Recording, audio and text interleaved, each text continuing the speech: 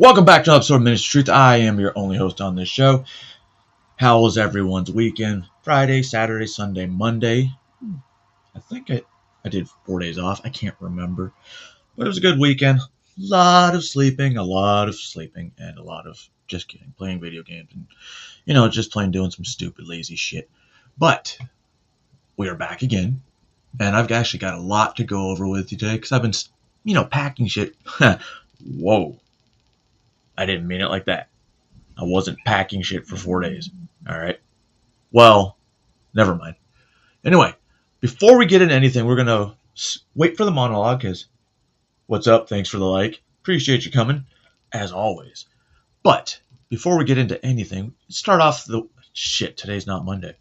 Well, it's the beginning of the week for some of us. Or the end of the week. Or I don't even know where the weekends and weekdays begin anymore. But let's go back to the 90s and play some different music. All music today will be from the 1990s, 1999, 98, maybe some 2000s. But if you don't like it, ha ha ha. So.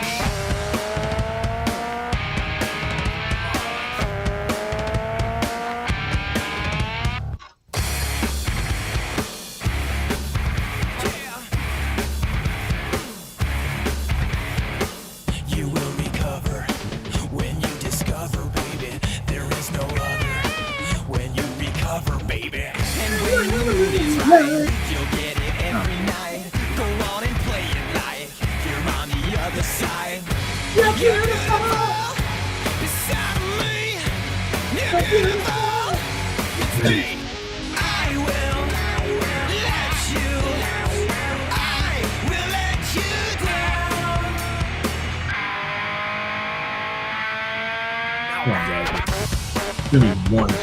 Besides listening, scratch that. Into another. Don't run for cover, baby. There is no other. Into another, baby. And when the time is right, I got you in my sight. And the time is right to move on.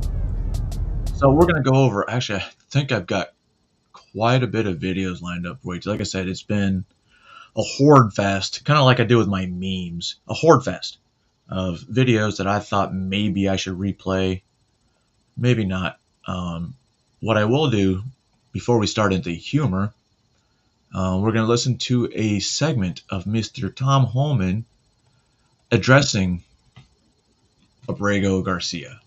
Been talking about the success of men. I mean, legally, as well as their criminal purse over the weekend. My question Let me make sure I get is to the right for place. Tom Reagan Reese with the Daily Caller. Over the weekend, ICE arrested 2 illegal immigrants for allegedly stealing Secretary Noem's purse over the weekend. What can you tell us about these individuals' immigration history as well as their criminal history?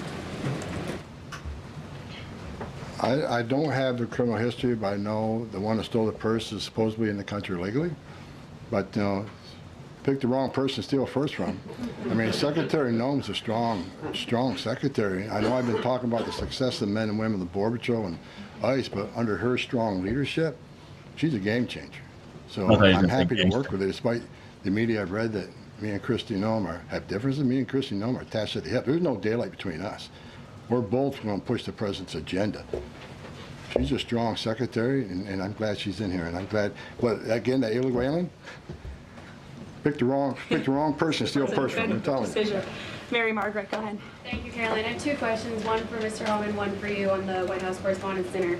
I'd like to start with you, though, Tom Holman. This list has a very high number of sexual assaults on a child. Can you comment on that and why there's so many crimes against children committed by illegals in this country? I don't know why. It's sick.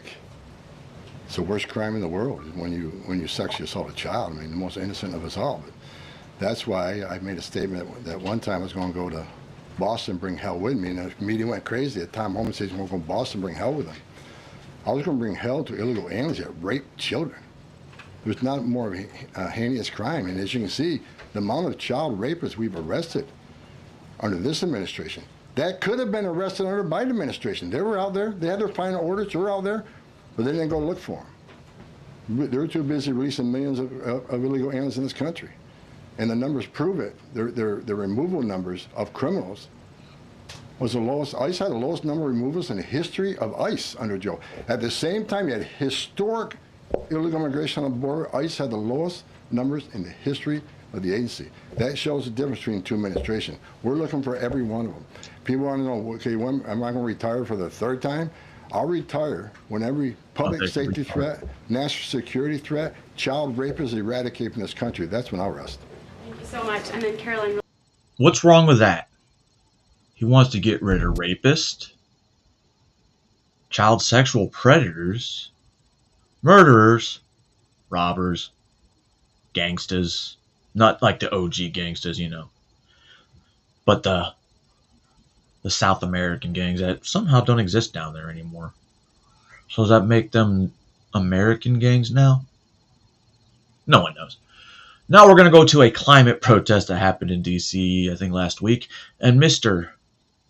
Alex Stein, such a Jewish fucking name, visited the climate protest, and apparently they did not like the way he protested. So we're going to watch what led up to this protest and them not really liking him, besides the fact that he's Alex Stein.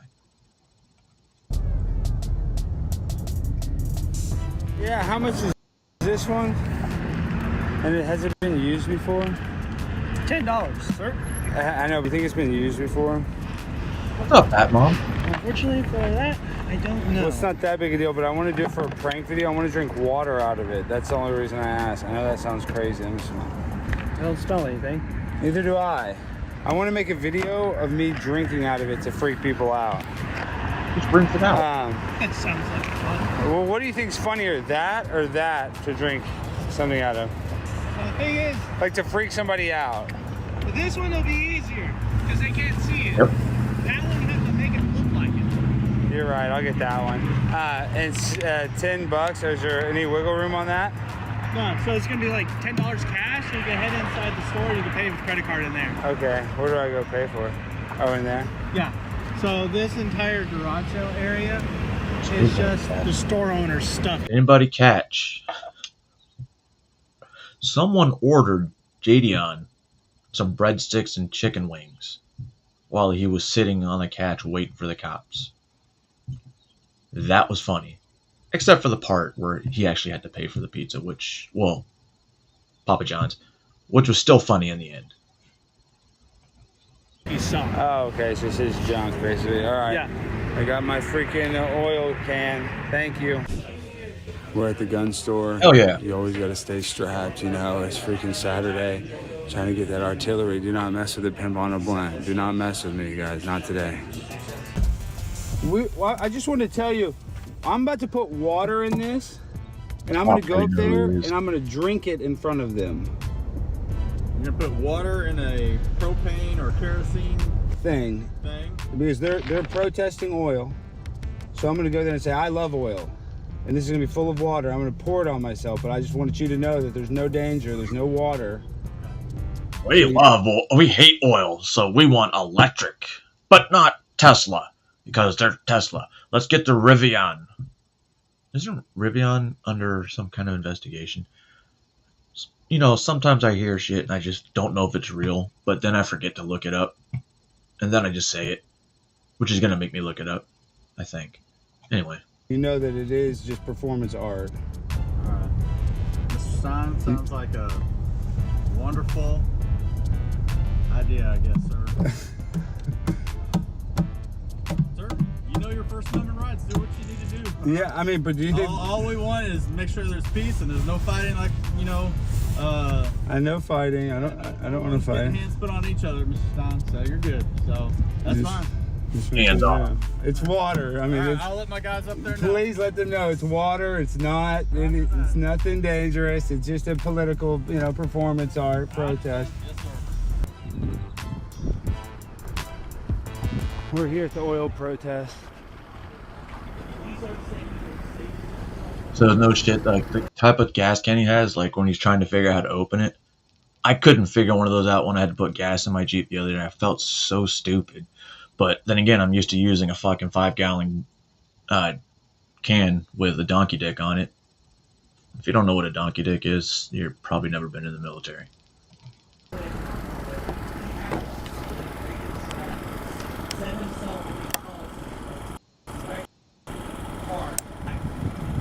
All right, we're here at the oil protest. I just want to say I love oil. Oh. I love oil. Thank you. Thank you. I love Have a great day. I love oil. Dude, imagine if you actually put molasses in there. That would look like oil, right? We're counting the 2.4. We love oil. Get out of here. We love oil. We love. That would be so sticky. What? Yeah, get out of here. Wait, what's going on? Why are you touching it? Uh-oh. We love oil. Uh-oh. Get out of here. Gigantor. We love oil. Gigantor coming. Love oil over there. We love oil. Hey, what are you Why doing there, don't you guys buddy? like oil?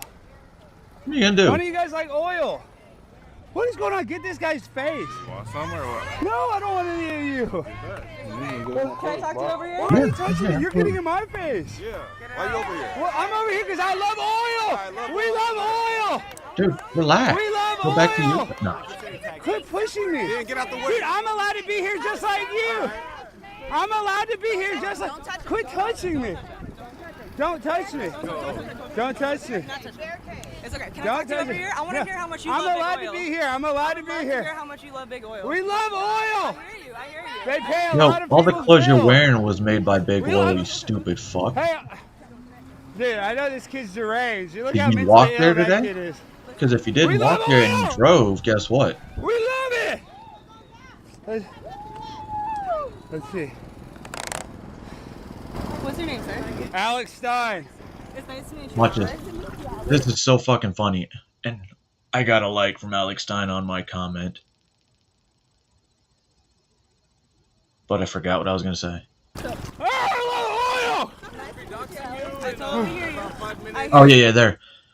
The guy, if you listen to the background, he's like, all right, you're going to be doxxed in 5 minutes. And I'm like, dude, Alex Stein's been doxxed more times than anybody that I know. And he don't give a shit. Do it. Oh, I love oil. I totally hear you. I hear you. I hear you. Oh.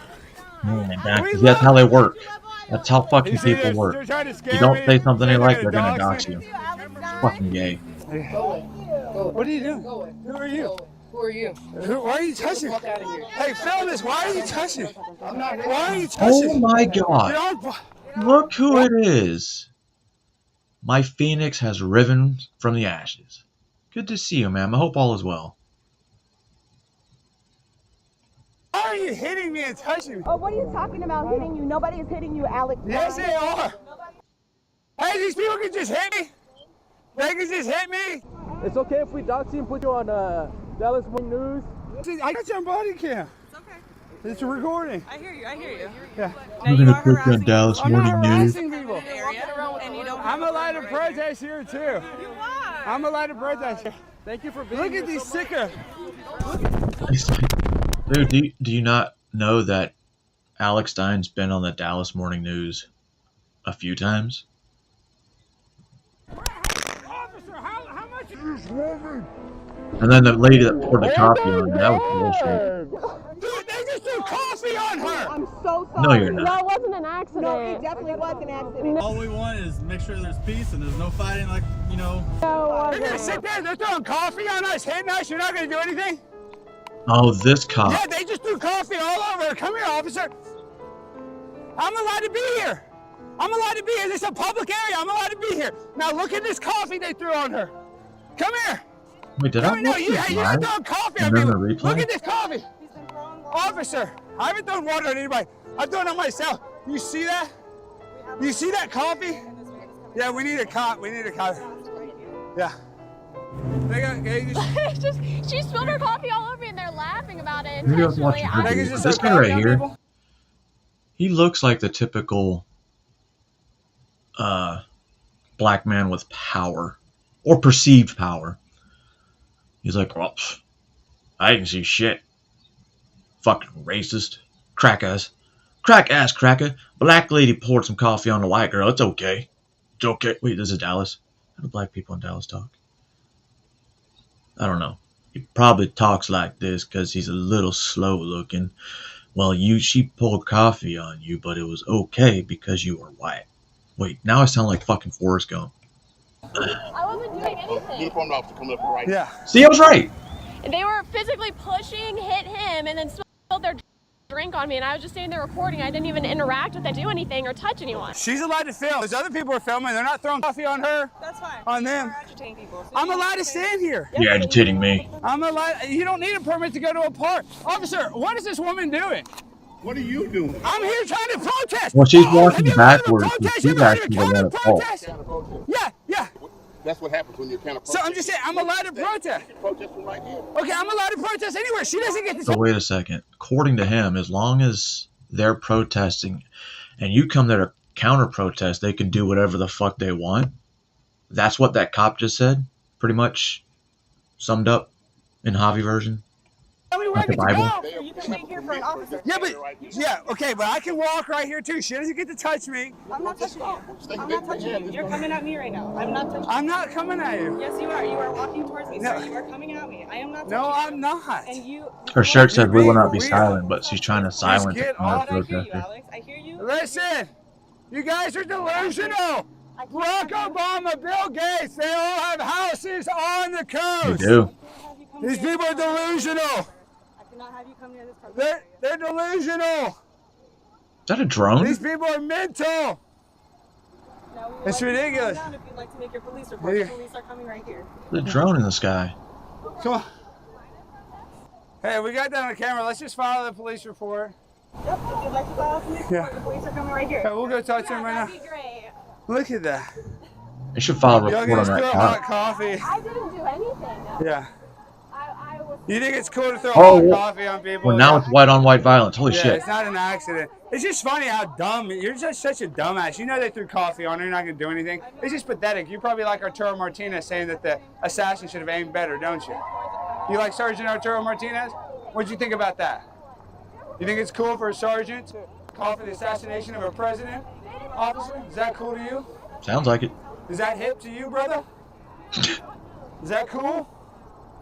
I don't think that's cool. How am I supposed to trust the Dallas Police Department when they got bozos like you saying, oh, we should aim better when people try to assassinate the president? Those look like me, right? Yeah. I'm out here. Yeah, you can't even police them. They're throwing hot coffee on them. She's not doing anything. I might be doing something, but she's not doing anything. What And are I'm you allowed to doing, be dude? here and protest too, okay? That's how this works. It's the First Amendment. You might want to look Well, at the where's the guy that was Constitution. at It's your the job front to that was in protect it. charge? God. We got Bozo the Clown over here. Bojo. Anyway, We'll see you on YouTube. on to the next. Alright, so these videos, I didn't really go through and put them in any specific order because, well, it's been gathering for a whole weekend. So they're all going to come mixed and matched like I don't really care. But they're fun to watch. I'm going to watch them again, and hopefully you guys get some more enjoyment out of it, and I catch the shit I didn't catch the first time. Hey, sir. Sir. Sir. If you refuse to step out, I will take you out.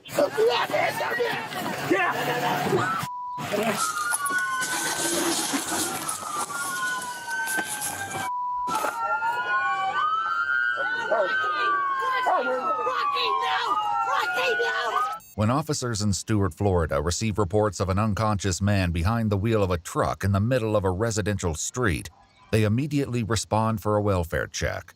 The situation quickly spirals out of control, leading to a dangerous high-speed chase that leaves one officer injured in a chaotic night they won't soon forget. I swear to God, if you missed him a pedicure. The following report is based on official police records, and the footage has never been seen before until now. Please note that all persons charged with a crime are presumed innocent unless and until proven guilty in a court of law. On December 10, 2024, just before 8 p.m., Dispatchers in Martin County receive a concerning call on their non-emergency line. There's a gentleman in a pickup truck with a trailer hooked up to it. The engine's running, his truck is on, but it's This is like a he's drunk like fuck that runs off? I went up and knocked on his door because he's kind of halfway blocking my driveway. My wife was just trying to get out and he didn't move. It's like he's like sleeping, but the, Yo, I think this truck nigga is on. drives Like I off. said, I knocked on the door, his door, his window's open. I knocked, I yelled, he didn't respond.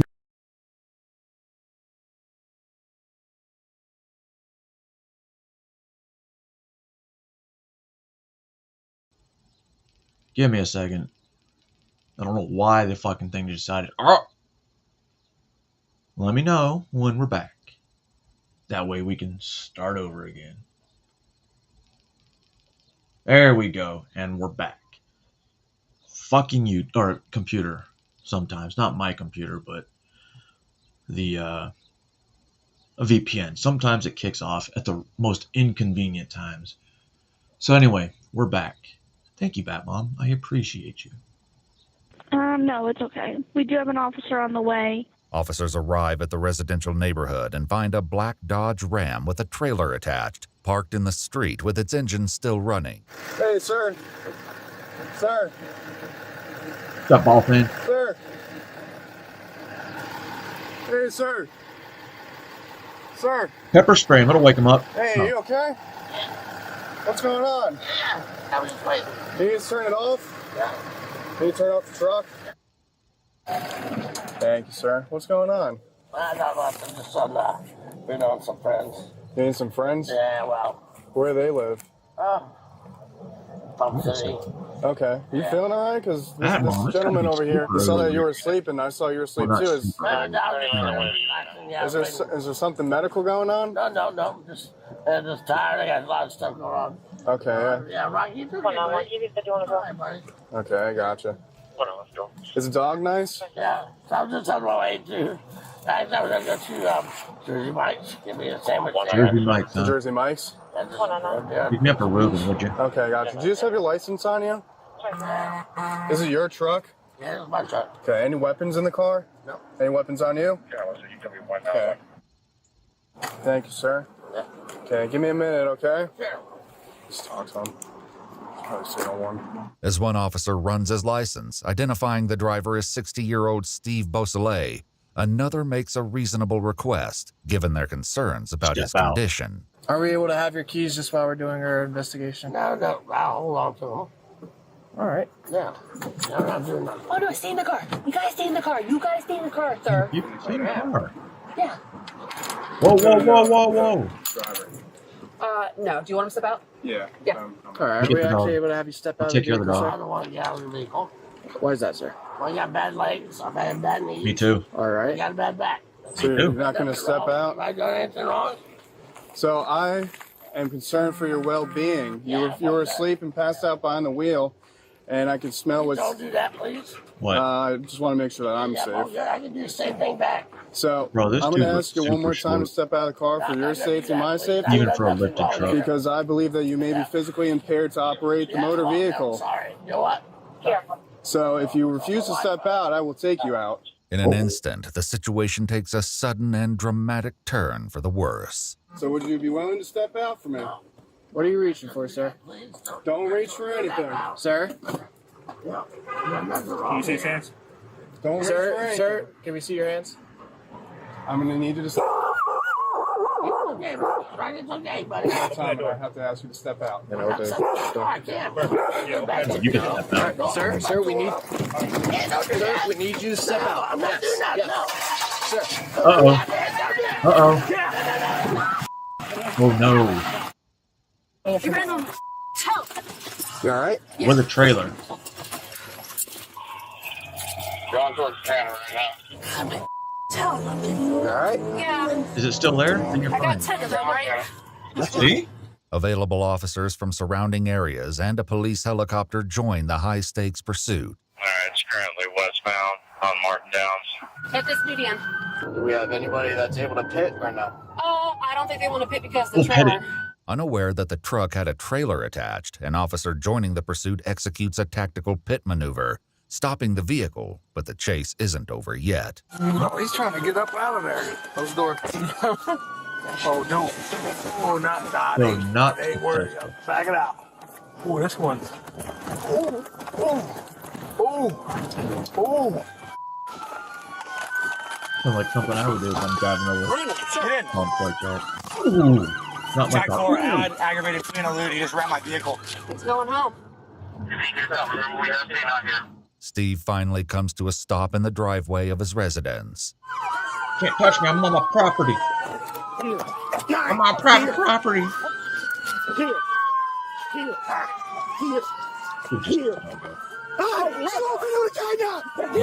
gotta dump it. Stupid with a canine. Get on the ground. You can dump it. Get on the ground. Oh, look, he's got one regular truck and then one stupid gay lift. Get the cover. Get the cover. Hands up. Hands up. Hands up. He's got bad shoulders. Can't put his hands up. Hands up.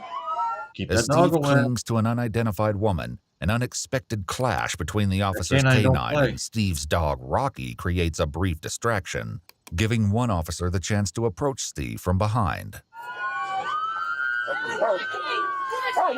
Like a fashion freeze and comes behind him. Sniper. This guy. My shoulders. I have bad Shoulders, shoulders. huh? Which one, right or left? Hold Both on. shoulders are bad. Yeah, that does kind of hurt. Be careful with my shoulders. You'll dislocate me. Yeah, but it's Who's not that like lady a to big you? hurt. My wife. I mean, it's there. Get away. Get it. Go in the house. Go in the house. I do have a high pain tolerance. Go in the house. We'll talk to you. However, Steve's wife doesn't appear willing to go inside without an explanation. Woo! Holy smokes. Please come and talk to me. In a second, ma'am. Let us secure him. Who is he to you? My husband. Okay. My husband. What Your happened? fucking husband. Okay. I could disclose a little bit. He's my husband. Oh my He didn't pull god. over for a traffic The stop, I'll tell you that. the So that's where not the regular regular Twomper, but the Grand Top Twomper. Good to see you, homie. that's no good. Yes. What the hell happened? He's not okay. I'll tell you that. He's not okay. He's not okay. Yeah. He needs to be in a hospital. He's going to jail. Well, he probably needs to go to jail. Then Good wife. Why are there like 20 cop cars we've been chasing him for 20 minutes now. From like US 1. from US 1? Jumping curves. I don't even want to get to. Woo, wait. Steve's Is the wife, who trailer still on the identifies truck? I herself didn't as see that. Angela, will soon share more insights with the officers. For now, they face unexpected Holy challenges shit. as they attempt to Isn't place that him into big? the back of a police cruiser. You guys good? Yeah. Exit. My knees, my Sit back, down. my shoulder, my cervix. Turn around. Just have him sit down. Easy, my knees, my back, my Kick your shoulder. leg up. I can't. Okay. I have very bad knees. Listen, you turn around. stupid Turn fuck. around. You can't get into a cruiser when your truck is like a fucking 4-foot lift. Not 4 foot. It's probably like a 6 to 8 inch. Look at my knees. Turn around and sit. Easy, please. All right. Keep swinging your legs in. Yeah, easy. I got the Where's shoulders. your shirt? Hurting My me, deep size please. is 3 I inch. got bad That's a little hernia. bit high. I got bad shoulders. Scooch up. Please, I can't. You have This to. dude looks like a gardener. All right, give me a second. Can you do the one arm right here, please? Angela, please, Angela. No. Get in or I'm going to put you in. You're going to break my shoulders. That's fine. But I can't. I can't. This dude's built like gonna an pull old you in, fat so you retarded gotta- hobbit. You gotta stoop. Angela, they're hurting me, Angela. Angela. Let go. No. What is that? Exactly. I don't know. Of course they would have to film the black guy While searching saying the truck, officers make shocking discoveries, including 2 open bottles of liquor, Okay. illegal substances with paraphernalia, a large knife, and a loaded shotgun. Oh. The gravity of the discovery isn't lost on the officers as they consider how much worse the night could have ended. Dude, that was sitting right next to him. Sword. You want to see what he had? He had a big ass shotgun, and then My shotgun's these actually. 2 of these things, big knives. Dude, that's pimp. That could have been really dangerous. And the shotgun was loaded. Oh. It's loaded? Oh, no, not right now. It was loaded. He was just chilling in his backseat. Bro could have reached for that. Meanwhile, an officer shows concern over his colleague and the possible injury to her foot. I'm gonna bring you to the hospital, okay? No, I'm okay. I just gotta take a look at my big toe. That's the only thing I'm concerned about. I'm concerned for you, but... Let me still have a big toe. Oh, God, let me still have a big toe. I I swear mean, to look God, at if you messed up my pedicure, probably big. I still got a toe. Ooh. Huh? Ooh. It's not bleeding, though, right? No, it's not. Okay. Returning to Steve, one officer attempts to obtain permission to perform a routine test. I gotta read you this. I'm now requesting that you submit to a lawful test of your breath for the purpose of determining its alcohol content. Will you take the test? I do nothing. Oh, okay. Nothing. I do nothing. Take my handcuff. So is that a no? I believe you. I reckon so. Take the handcuff off. My arm is... I'm not taking the handcuff off. Well, I reckon that I was there drinking, but why'd you guys have to chase me, scared me, pull me over, and then hurt my shoulders, my knees, my back, my asshole, and my... Wait. Oh, my arm is dislocated. Okay. Yeah. I will read it one more Your time. arm dislocated? No. So it's no? Okay. Well, whatever. If you refuse to take the test I've requested of you, your driving privilege will... I'm not done. You gotta listen to me. You gotta listen. Okay. If you refuse to take the I'm test... in pain. I'm in... Sir, Yes. listen to me. Yes. I want that mouth closed. If you refuse to take the test I requested of you, your driving privilege will be suspended for a period of 1 year. Oh, it's Do you good. still refuse to submit to the test? I ain't coherent. Do you still... I have to be jokes. I don't know what I'm talking about right now. Meanwhile, Angela has one last question for officers. So how long do you think that they'll be able to keep him in jail? For now, probably a while. Like, what's a while? Uh-oh. A week? A day? Well, he's not going to be able to bond out. So, He's not? No. Okay. Because he's got way too many charges. Damn. Okay. Nobody's going to bail him out, I can tell you that right now. I'm not bailing him out of jail. He needs to be in jail. He needs to sober up. Officers decide Fuck to take yeah. Steve for an evaluation at a nearby hospital before taking him to jail. Where's my wife at? She's in the house. Give me my wife, please. 188. Angela. 1012 Belt Mail 51 at Ear North. After being treated and cleared by hospital staff, 60-year-old Steve Beausoleil is taken to the Martin County Jail. He faces multiple charges, including fleeing and eluding law enforcement, aggravated fleeing causing injury or damage, aggravated battery on a law enforcement officer, resisting arrest, leaving the scene of a crash. 1, 2, 3, 4, 5, 6, 7 felonies. 8 felonies, 9 felonies. And all the obstruction charges went away. Holy shit. Reckless driving, driving under the influence, possession of cannabis, and possession of drug paraphernalia. On January 7th, 2025, Steve entered a plea of not guilty. While we've been unable to find records regarding the status of the officer's foot, a Facebook post by the Stewart Police Department states that no one was seriously injured. Well, I can tell you for a fact that her foot's still there because she admitted it. And she wasn't crying like a bitch. She just took her shoes off and was like, hold on, let me take a second. My foot's still there. Hold on, how do I say this? In her form. That's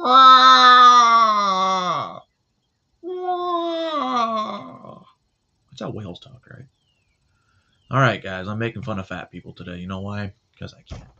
A story on people within the Pentagon saying they're going to resist Trump. It's good. clown. We want them to resist Trump, right? If he asks him to do something illegal, absolutely. Absolutely resist. The Department of Defense branch chief resisting. Well, what's he resisting? Resist everything he does. He says he's going to, quote, resist everything Trump does. Sorry, I forgot to give the intro. So this is a field trip in, I believe, Washington, D.C. at a monument. And, well, this lady comes up to him, or he comes up to him, and they start talking about what we're going to listen to.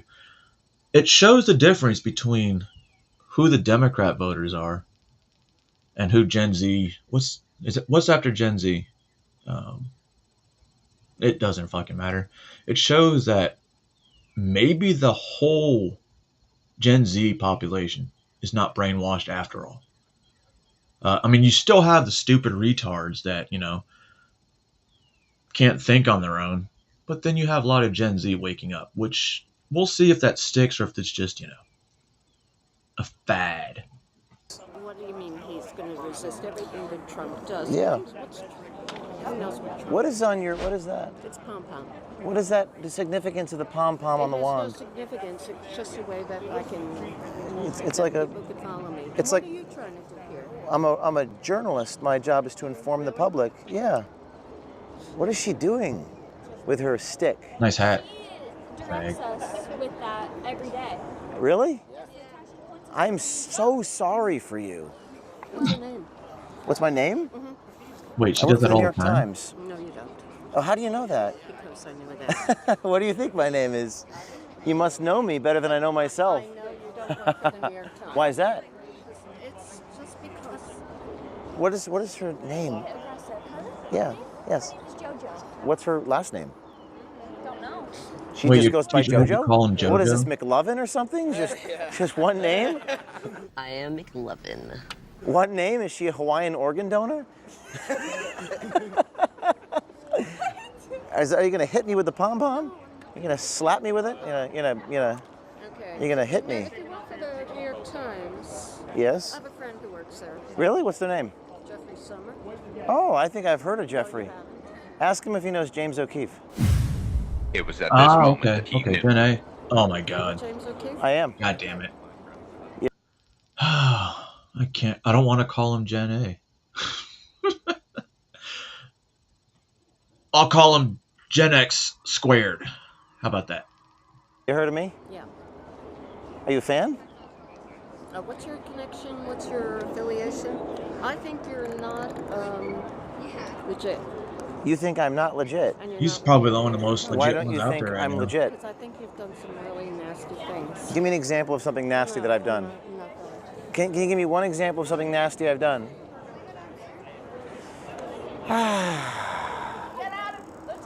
Oh, she's not happy with me. Oh, what? They want to finish their field trip. Jojo, come on. Jojo, we were having a good conversation. Where you going, Jojo? Guys, I'm sorry. Check out OMG James O'Keefe, the guy inside the Pentagon. We love you. See, we have some fans. Jojo's not a fan. Jojo doesn't like him. Jojo probably wouldn't like me. But you know who Jojo would like? This lady. Leftist judges are apparently running around with this mindset. I am the law. I am the law. I am the law. And now a Wisconsin judge has been arrested. She was arrested on courthouse grounds where she works at about 8:30 this morning, taken into custody, appearing before the federal court about these charges, helping an immigrant from Mexico try to escape federal immigration authorities. Yo, who remembers the Mario From brother, Mexico. the original Mario's brother? Does she look like one of the Koopas? She looks like one of the Koopas.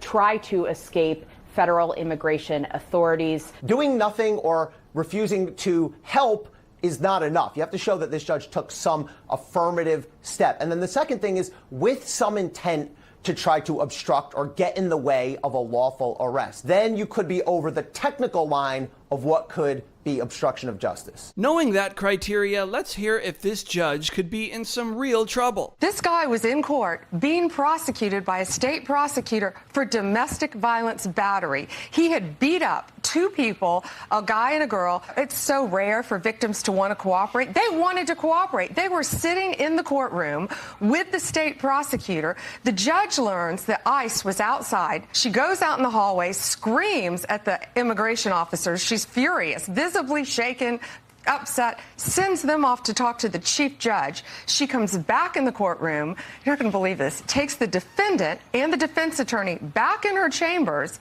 takes them out a private exit and tells them to leave. While a state prosecutor and victims of domestic violence are sitting in the courtroom. A foot chase ensued. The agents pursued. Let you know, when it comes to domestic violence and illegal immigrants, they overlook that. You can beat the shit out of anybody you want, especially women if you're an illegal alien, but it's okay because they're not going to see that part. They're not going to see the fact that you're here illegally. They're not going to see the fact that they continuously attack women, children, but you can't say anything because you don't want to offend their legal status. So what we're going to do is we're going to, pat them on the back and say, you know what? I'm sorry. I'm sorry you committed that crime. So what we're going to do is it Goomba? King Koopa? Goomba, yeah. My bad. Lost my train of thought. Flores Ruiz for the entire length of the courthouse and ultimately apprehended him. She put the lives of our law enforcement officers at risk. She put the lives of citizens at risk. A street chase, which is absurd that had to happen. But yes, she put a lot of people at danger. Strangely enough, that's not the only judge arrested even this week. This New Mexico judge and his wife were arrested after allegedly harboring an illegal gang member in their home. They were allegedly giving him assault rifles, AK-47s, AR-15s, with a suppressor, a known TDA member, letting him go to a shooting range to refine and perfect his shooting skills. He is charged. He admitted post Miranda. He took one of the TDA members' cell phones himself, took it, beat it with a hammer, destroyed it, and then walked the pieces to a city dumpster to dispose of it to protect him. The wife also is charged with destroying evidence. Sandra, not only that, this TDA member, and he had on a necklace that said kill, something about death. He had tattoos all over him. He also had on his cell phone pictures of 2 decapitated. Kill the white man. Don't know what movie that's from, but I remember it from some movie. Victims. This is the last person that we want in our country, nor will we ever tolerate a judge or anyone else harboring them. The left's obsession with illegal gang members gets more and more bizarre by the day. These judges trying to obstruct your efforts to make this country safer. What is your message to them? We are going to prosecute you, and we are prosecuting you. I found out about this the day it happened. We could not believe, actually, that a judge really did that. Shame on her. It was a domestic violence case of all cases, and she's protecting a criminal defendant over victims of crime. What inspired them to carry out these acts and harbor criminals? They're deranged, is all I can think of. Dude. If you look at the pictures they have, like, they had many immigrants over. One that stayed with them, which, like I said before, she was probably getting smashed by that immigrant, and the husband's such a cuck. He's like, this is so great. When you're done fucking her, can I suck your cock? Huh? That's kind of judge he looked like, the kind of person. Anyway, that's just, Anyway. So we're 44 minutes in. It's time to take a magic break. Get it? No? You will in a second once the song starts.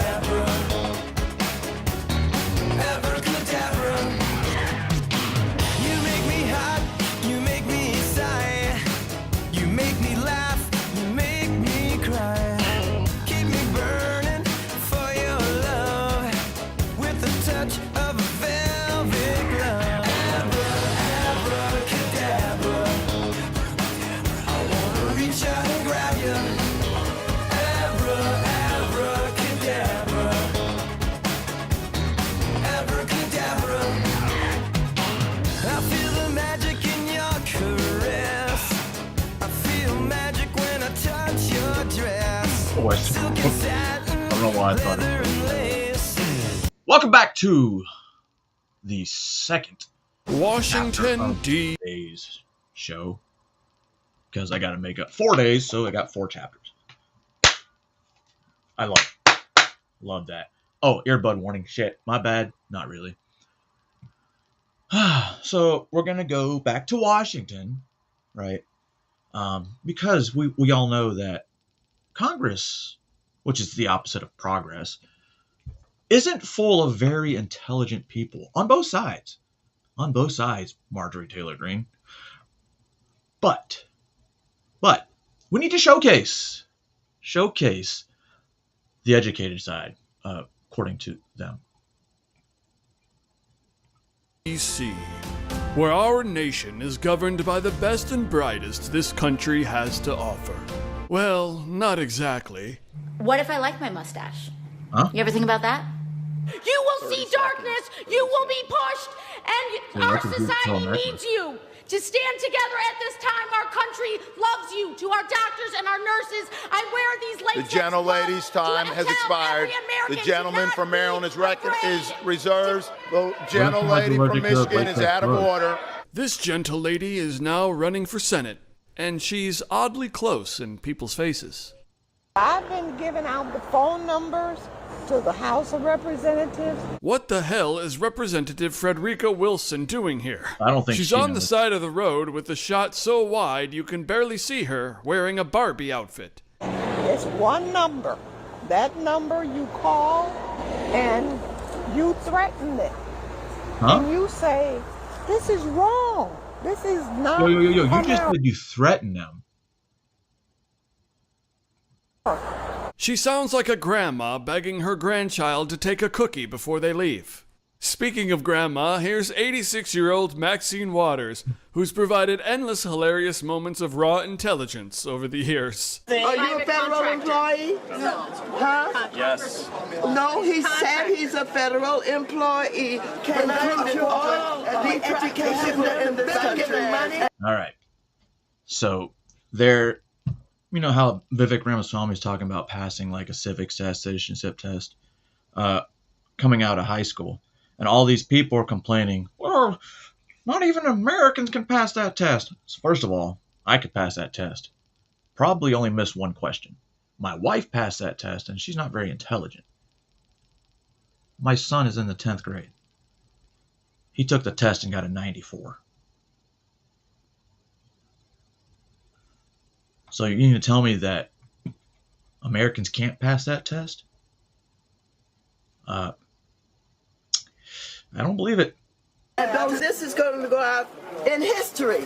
The man who blocked the doors. This is Representative Hank Johnson, looking suspiciously like Leave a my fried island chicken alone, Hank. uncle who managed to stay in Congress despite publicly worrying about the island of Guam tipping over. This is a island that at its widest level is, 12 miles from shore to shore? I don't have the exact dimensions, but to your point, sir, I think Guam is a small island. My fear is that the whole island will become so overly populated that it will tip over and capsize. We don't anticipate that. Let us remember the late, great Sheila Jackson Lee, a stalwart member of the House. Now, you may have heard of a flat earther, but have you heard of a moon gasser? A full moon is that complete rounded circle, which is made up mostly of gases. Plasma. And that's why the question is why or how could we as humans live on the moon? Are the gases such that we could do that? What? The sun is a mighty powerful heat that is almost impossible to go near the sun. No shit. The moon is more manageable. And you will see in a moment, or not a moment, you'll see in a couple of years that NASA is going back to the moon. With today's new generation of leadership, we will no doubt conquer the stars. And I will always be smarter than you. God damn it, I'm so glad Stratton Crotchet's smarter than me. So glad. So, we're going to talk about a judge. Not just a regular judge. Not a federal judge. Not a civil judge. But a district judge. District judge. who thinks she can override the federal government and executive orders because she's a district judge that was handling a case of domestic assault. Back to our top story now. Federal officers arresting 2 county judges, one current and one former. One of them, a sitting Milwaukee County Circuit Judge, Hannah Dugan, who FBI Director Kash Patel says is being charged with obstruction for allegedly helping an undocumented immigrant evade arrest last week. The second arrest, a former New Mexico judge, along with his wife, now facing charges related to harboring a member of the Venezuelan gang, Tren de Aragua. Joining me now, the nation's top prosecutor, U.S. Attorney General Pam Bondi. It's been quite a busy day for you. Very busy day. Very busy week. And I'm actually getting statements in as our interview is beginning. I'll get to that for a second because I'm going to read it cold with you. But let's start, Pam, with Judge number 1, Hannah Dugan in Milwaukee. You arrested a sitting judge. We did. Why did you feel that was necessary? It was appalling to all of us what happened. I used to be a domestic violence prosecutor, and this case involved someone who was deported under President Obama, came back into our country, we don't know when, illegally, and he was living at a residence, and he beat up a man so badly he had to go to the hospital, his roommate. He punched him with a closed fist in the face 30 times. The victim fell to the ground, and he choked him. Then the girlfriend came in, tried to break it up. He punched a woman in the face with a closed fist so hard she fell to the ground. He hit her in the arm. Both of them had to go to the hospital. The fight's broken up. They're taken to the hospital, and he's threatening to do further harm to them later. So it's hard enough to get any victim of domestic violence to cooperate. We had 2 victims sitting in a courtroom that day. So what did this judge do that led to ICE coming in to make this arrest? So she's a sitting judge on a domestic violence case. He's the defendant, Ruiz, 2 victims and a prosecutor, a state prosecutor in the courtroom. It is routinely done when people are picked up on any kind of warrants that it's done outside a courtroom. It's been done in that courthouse. It's been done in a courthouse where I prosecuted 20 years ago. The reason? Because executing a warrant is one of the most dangerous things law enforcement officers can do. You never know what you're going to encounter behind that door, what kind of weapons, with any defendant. So the safest place to do it is if you know they're going to be in a courthouse because they've gone through security. You know a defendant isn't armed. It's a sterile daytime situation. It's routinely done in courthouses, any kind of warrants. So the ICE team was there, DEA, FBI, ICE team. They're outside the courthouse. A courtroom. They're in the courthouse. The judge finds out that they're there to arrest him, and the way he got on the radar, of course, is he got arrested. He beat up these people. Over and over and over again. You get the point. Do we have the right to control our border, though? The fucking federal government suck my vagina, even though it's probably full of dust and who knows what. I thought she was going to get away with it. Thought they were supposed to protect Americans. Their job is not to interpret the law. Their job is to enforce the law. They are not lawmakers. They are enforcers. And by not enforcing the law, you just went against your oath of office. Or whatever it is you fucking judges take. Pretty sure it's still to the Constitution. And you're appointed by federal or the president. Except for district judges. I think they're elected. Anyway, we're going to switch from one view on illegal aliens to another. And these ones are from the streets. What is your message to Kilmar Abrego Garcia, Now, if you could tell them something? Like I said, a lot of these protests are being done by older people. Older people that have nothing better to do except for get paid that $500 to stand outside, hold a sign, and repeat the narrative. Hang tough. Hang tough. We're from Maryland. Hang tough. Do you want him to come back? Absolutely. Absolutely. Hang tough. It's wrong. It's unconstitutional. Let's hope the Supreme Court saves him. Kilmar Abrego Garcia, what would you tell him? If I was talking to him personally, hold on. We're on top of that stick. You want him back? Bro. I hope it's not a fucking pom-pom, because then that's going to be a sign. That would be fucking insane. Because that teacher must be part of the indoctrination. And it doesn't matter whether he's innocent, guilty, MS-13 or not. He was not given due process. He was given due process twice. We've absolutely not forgotten you, and the whole propaganda about him being affiliated with MS-13 is false, and we know that. And it's just character assassination, and he's a good father, and we just want him home. And stay strong, you're coming home. A good father that beat his wife. You definitely want him to return to the United States and live here? He has committed no crime as far as we are aware, and even if he did, he was not afforded due process. What would your message be to him if you could talk to him in El Salvador right now? I'm so sorry for what's been done to you, and I just hope we're able to make things right, bring you back, and have you at peace. What is your message to Patty Morin? I'm not familiar with Patty Morin. Can you educate me? Yeah, did you guys see her at the White House earlier this? You don't know who Patty Morin is, but you know who Abrego Garcia is? That's sad. You should know who both of them are. Not just one. That shows you're so blinded. And I think it's time to light one up. Is it 9 o'clock yet? Nope. This week, she was the mother of Rachel, or she is the mother of Rachel Morin, who was raped and killed by an illegal immigrant. Patty Morin, whose beautiful daughter Rachel was brutally maimed and murdered at the hands of an illegal alien in August of 2023. Patty no longer has her daughter because of the failed Democrat Party's open border. And Caroline Leavitt, the press secretary, brought her in front of... girl at UGA? No, that was Laken Riley. Oh, right. Okay, so here's the thing. Every country has bad people, but there are countries with less resources who have the ability to restrain those bad people. There are always going to be crime. There's always, and I don't excuse that. That is unacceptable. Go to Venezuela 10 years ago. Go to El Salvador 10 years ago. Go there today. Tell me it wasn't a gang problem. And that is a genuine concern.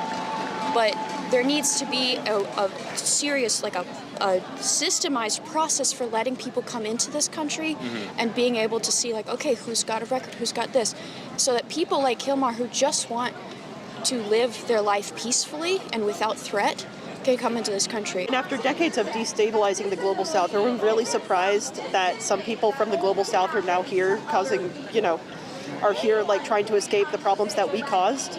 So, is this your message for Patty Morin, though? Because that's what I asked. The mother of somebody who was murdered and raped. My message for Patty Morin is that everybody should be afforded due process, even people who commit crimes. What is your message to Patty?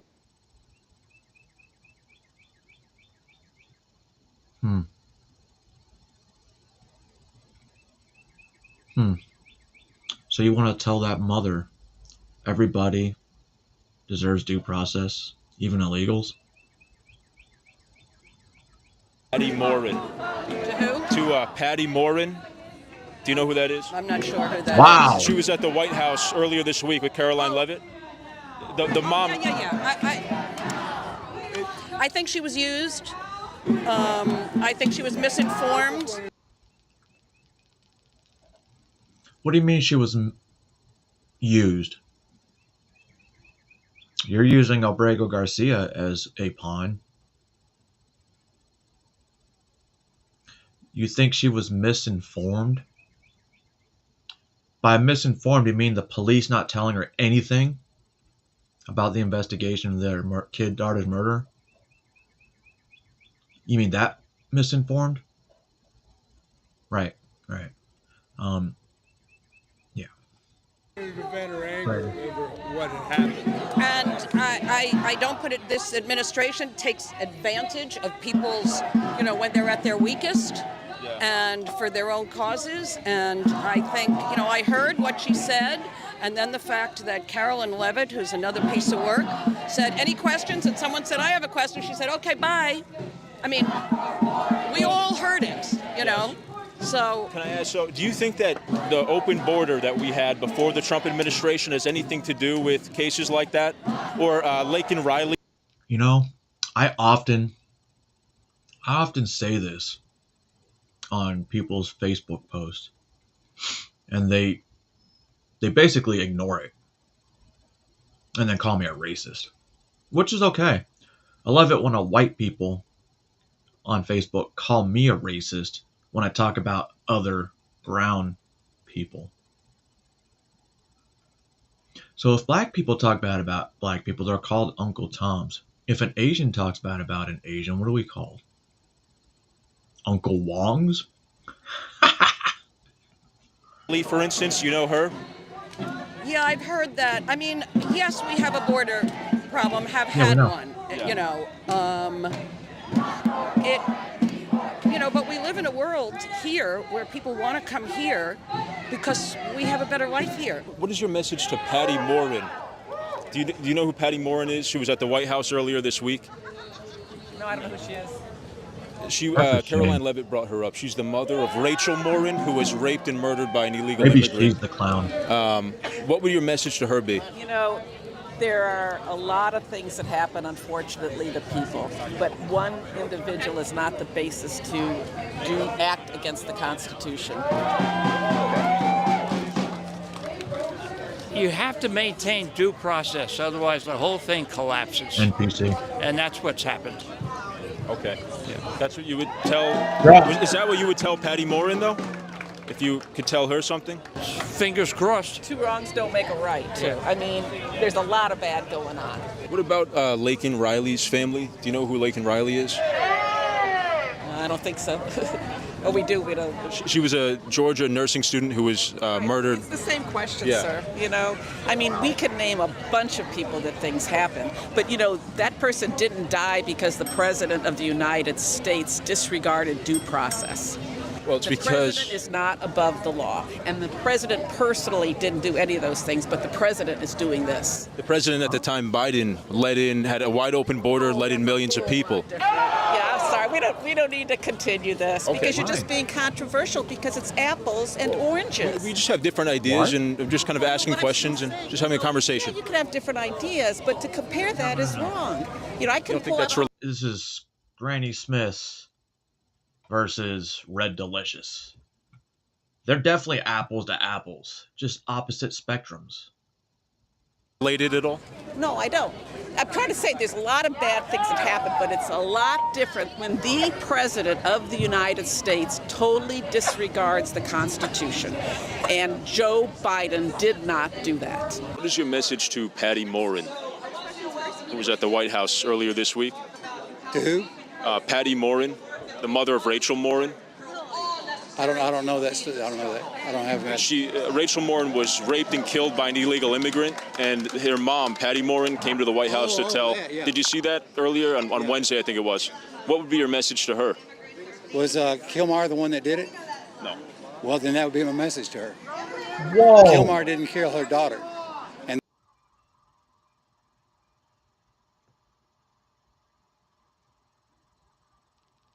I hope an illegal takes care of his family. I don't give a fuck anymore. You want to tell that mother that Abrego Garcia didn't kill her son? Correct. Correct. An illegal did. That was in this country illegally. That had due process. Just like this Abrego Garcia guy who, hear me out again, beats his wife and smuggles illegal aliens. And the two shouldn't be tied together. Would you tell her sorry? Would you tell her, I'm sorry what happened to your daughter, that we should have controlled the border better so that we didn't let in a criminal that did that? What was that last part? So that we didn't let in a criminal who killed and raped her daughter. We didn't let in a criminal who killed and raped her daughter. Yeah. Should we have controlled the border better? Would you say something like that to her? I don't know the details of how the guy got there. It is a simple fact that Donald Trump has committed more crimes than Kilmar Abrego Garcia. Absolutely. Actually, the 34 counts felonies were actually all for the same thing. They really were. They just decided to break it up into 34 counts to make it look more, what's the word I'm looking for? egregious. What's up, Yeti? Did you hear about his wife's court? The court documents his wife. Yeah, several instances where she got a black eye. She was hit several times. Women have come up against Trump and said that he's a sexual predator. And we're not Oh, excusing. so it's okay when an illegal does. An illegal can fucking be a abuser, but you know, it's okay. You don't believe his. Then again, these three women look like they would not know what to do with a dick if it. Oh, well, then again, they probably would never get one unless it was some really drunk black dude who was wanted a snow bunny. Wife? I do believe his wife. I also believe that saying that this man deserves to be deported when we have a president who's committed dozens more crimes than this particular man is unjust and shows corruption in the system. Is that really the hill that you guys want to die on? Yes. You know, fighting for a wife beater whose wife said that he hit her? I want to hear it from her. I don't like your leading question. Yeah, okay. I want to hear it from her because she is also out here fighting. It's actually on police reports and courts. What more do you need to hear? For her husband to come back home. So if these allegations... This was from her. Well, documents, but is she out here actually speaking on it? She wants him home, and so do we. If she is she out there? Does, you know, How's still she attended support any her of these 100% if she's Other begging than the for her one husband where, to come home. guess what? They were using her on stage. Van Houten, whatever the faggot's name, he didn't even know where she was when he was looking, you know, addressing her. We saw the video. I support her in that as well.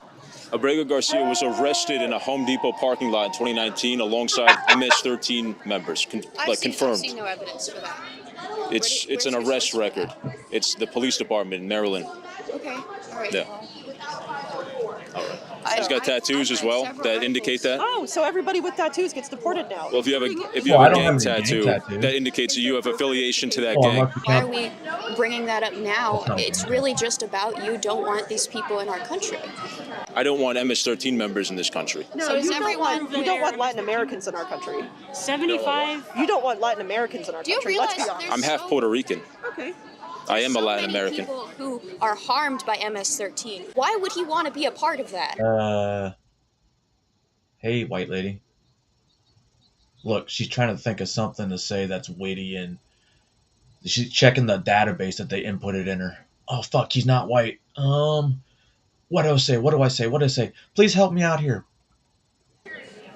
I don't know. I don't know why anyone would want to be a part of a violent gang or a terrorist organization. I believe you're a subject of misinformation. I really do, and I apologize. Likewise. But thank 75% of the people, the Venezuelan people that they claimed to be gang members that they sent to El Salvador, an investigative report revealed that 75% of those people did not have any criminal records in the country. They entered this country illegally.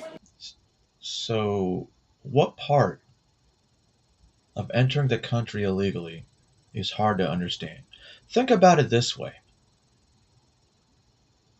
If someone's trespassing on your property, what do? You just let them hang out on your property?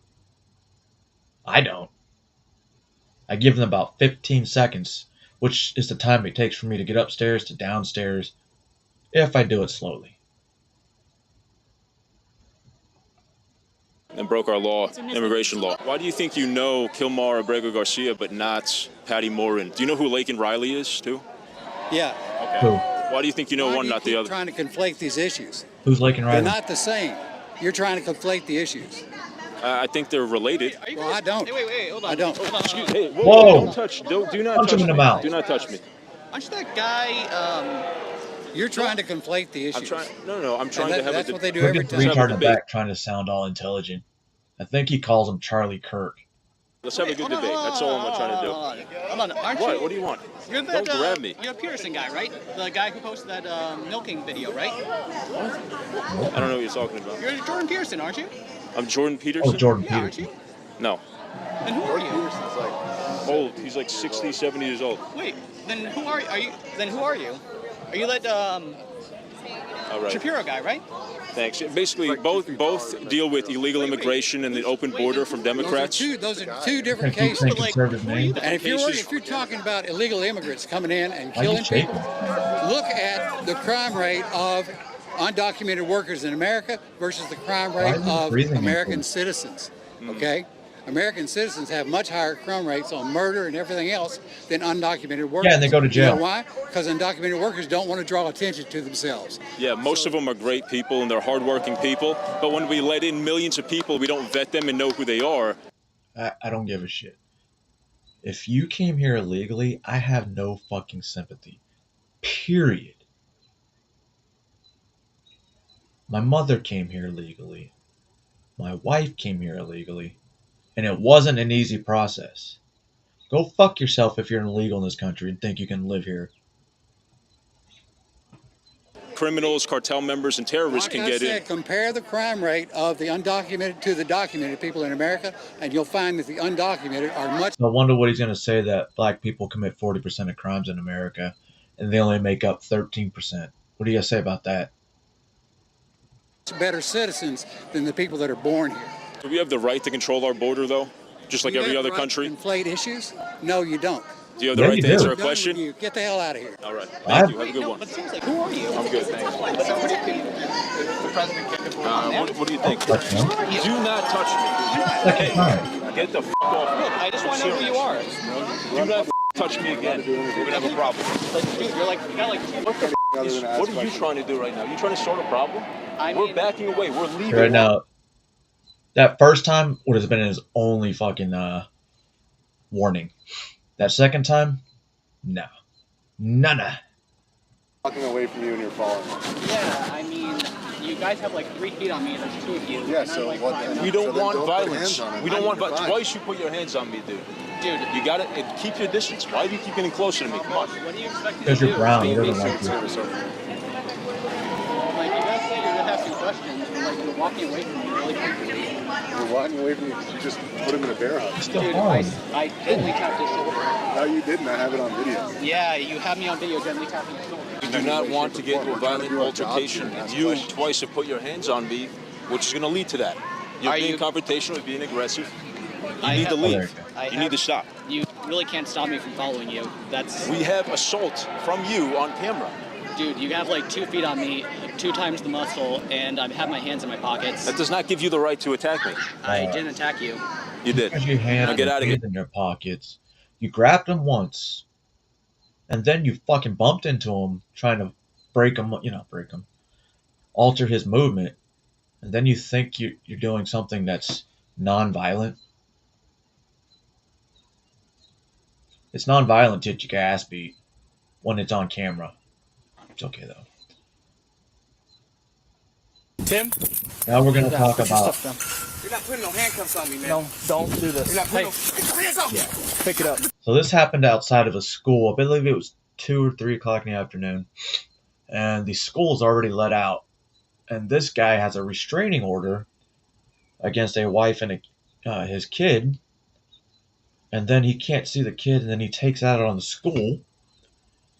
And then the school calls the police, and then this guy decides, you know what? I'm going to fight the cops. What's up, Sentinel? No, don't. Go. You want to go? Get down. Get down. Taser deployed. Taser deployed. Get down. Now back up. Back up. Get the back up. 1033. 1033. Hey, let me You want to go? Why did you shoot me, man? Get down. Whoa. Get down, Tim. I'm telling you, I stay here. If I stay here, then why did the police arrest me? I'm not breaking the thing, right? You actually did. Don't grab it. Get down. Okay, out again. That cartridge in there, dude. Get down, Tim. Get on the ground.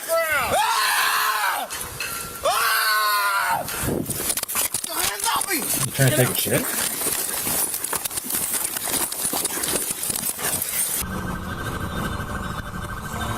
Don't do it, Tim. Don't do it. Tim, knock it off, dude. Knock it off. Stop. Tim. What do you got? I got his left arm pinned. Okay. He's got it going towards his waistband. I don't know if he's got anything. Relax. Relax.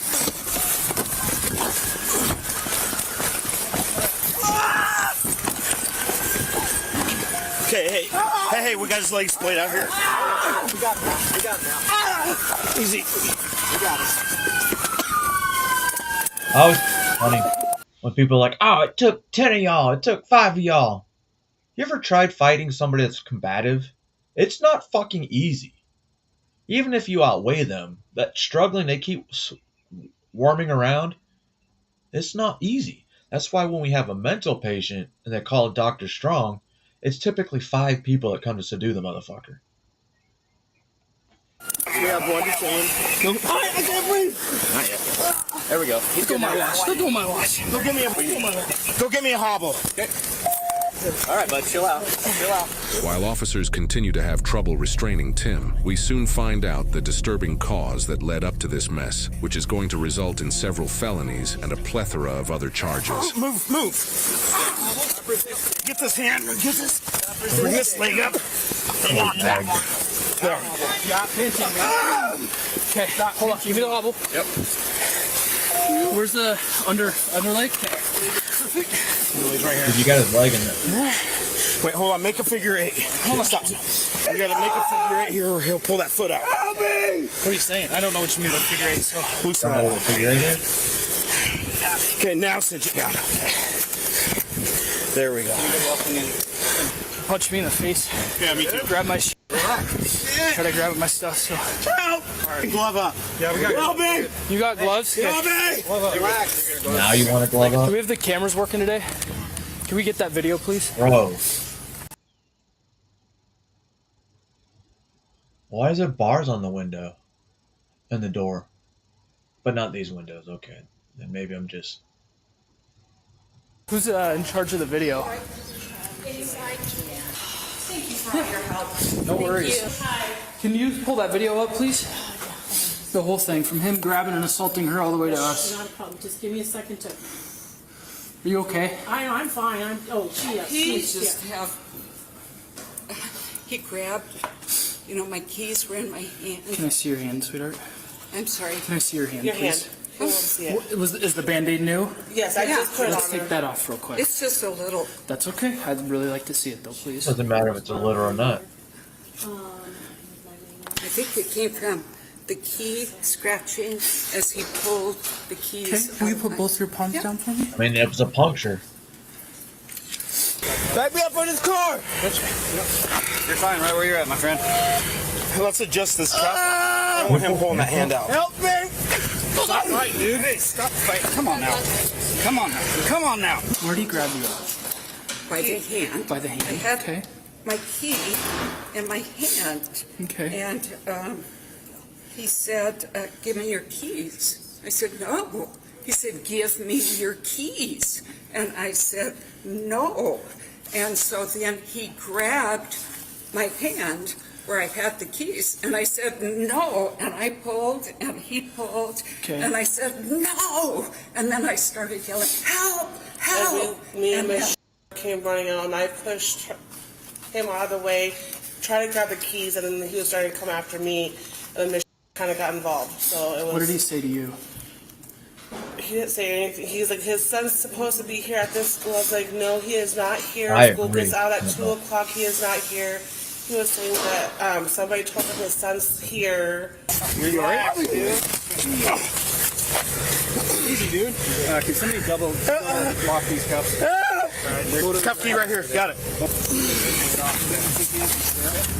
He was like, I'm just getting off of drugs, and we thank you for sharing that information with us. We're glad you're getting off the drugs, but get off the premises. School is out. You are not welcome here. Okay. Somebody's going to come write you or give you some statement forms here in a minute, okay? You're willing to write me a statement about what happened? I need you to talk a little louder. Sorry. Just give me 2 seconds. Let me take a deep breath. Me too. Someone's going to bring some statement forms in. Okay. Are you willing to write me a statement about what happened? Yep. Are you willing to write me a statement as well? Yeah. All right, thanks, guys. I'll be back just a little bit. What about the camera? I'm fine. She's got video coming. Victims Still inside, got the PC OC assault spray on 4, camera. elite DV, trespass 2nd degree. Keep it. Whoa, spit hood. Okay. Well, 2 counts of assault 3rd degree. Maybe 3 now since you spit. Resisting in obstruction at this point. Okay. She's got video. Victims inside. I got pictures of the victim. If we can just hand out statement forms Of course, it's the to guy with everybody beard. here, and then the video should be done in a minute. You good? You waiting? No, now we're just waiting on the damn ambulance. What do we need out here?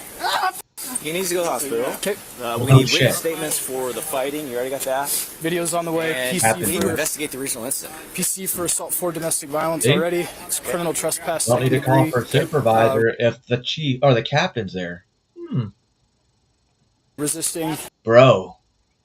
And they don't know where he moved to. He's currently in hiding. All while the, oh, God, my head. Ow. Obstruction, assault 3 times 2. Got it.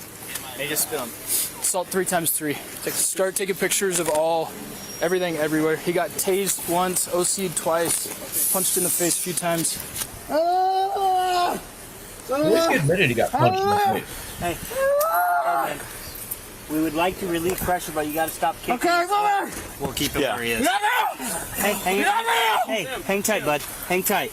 Okay. We're trying to get you. We're trying to get you help here. Okay. Take slow, deep breaths. We understand that the OC is probably still bad. Okay. But what you need to do is you need to stop. Take deep breaths. Take ambulance here. There it is. That's something we can do. Stop kicking. This is a robbery.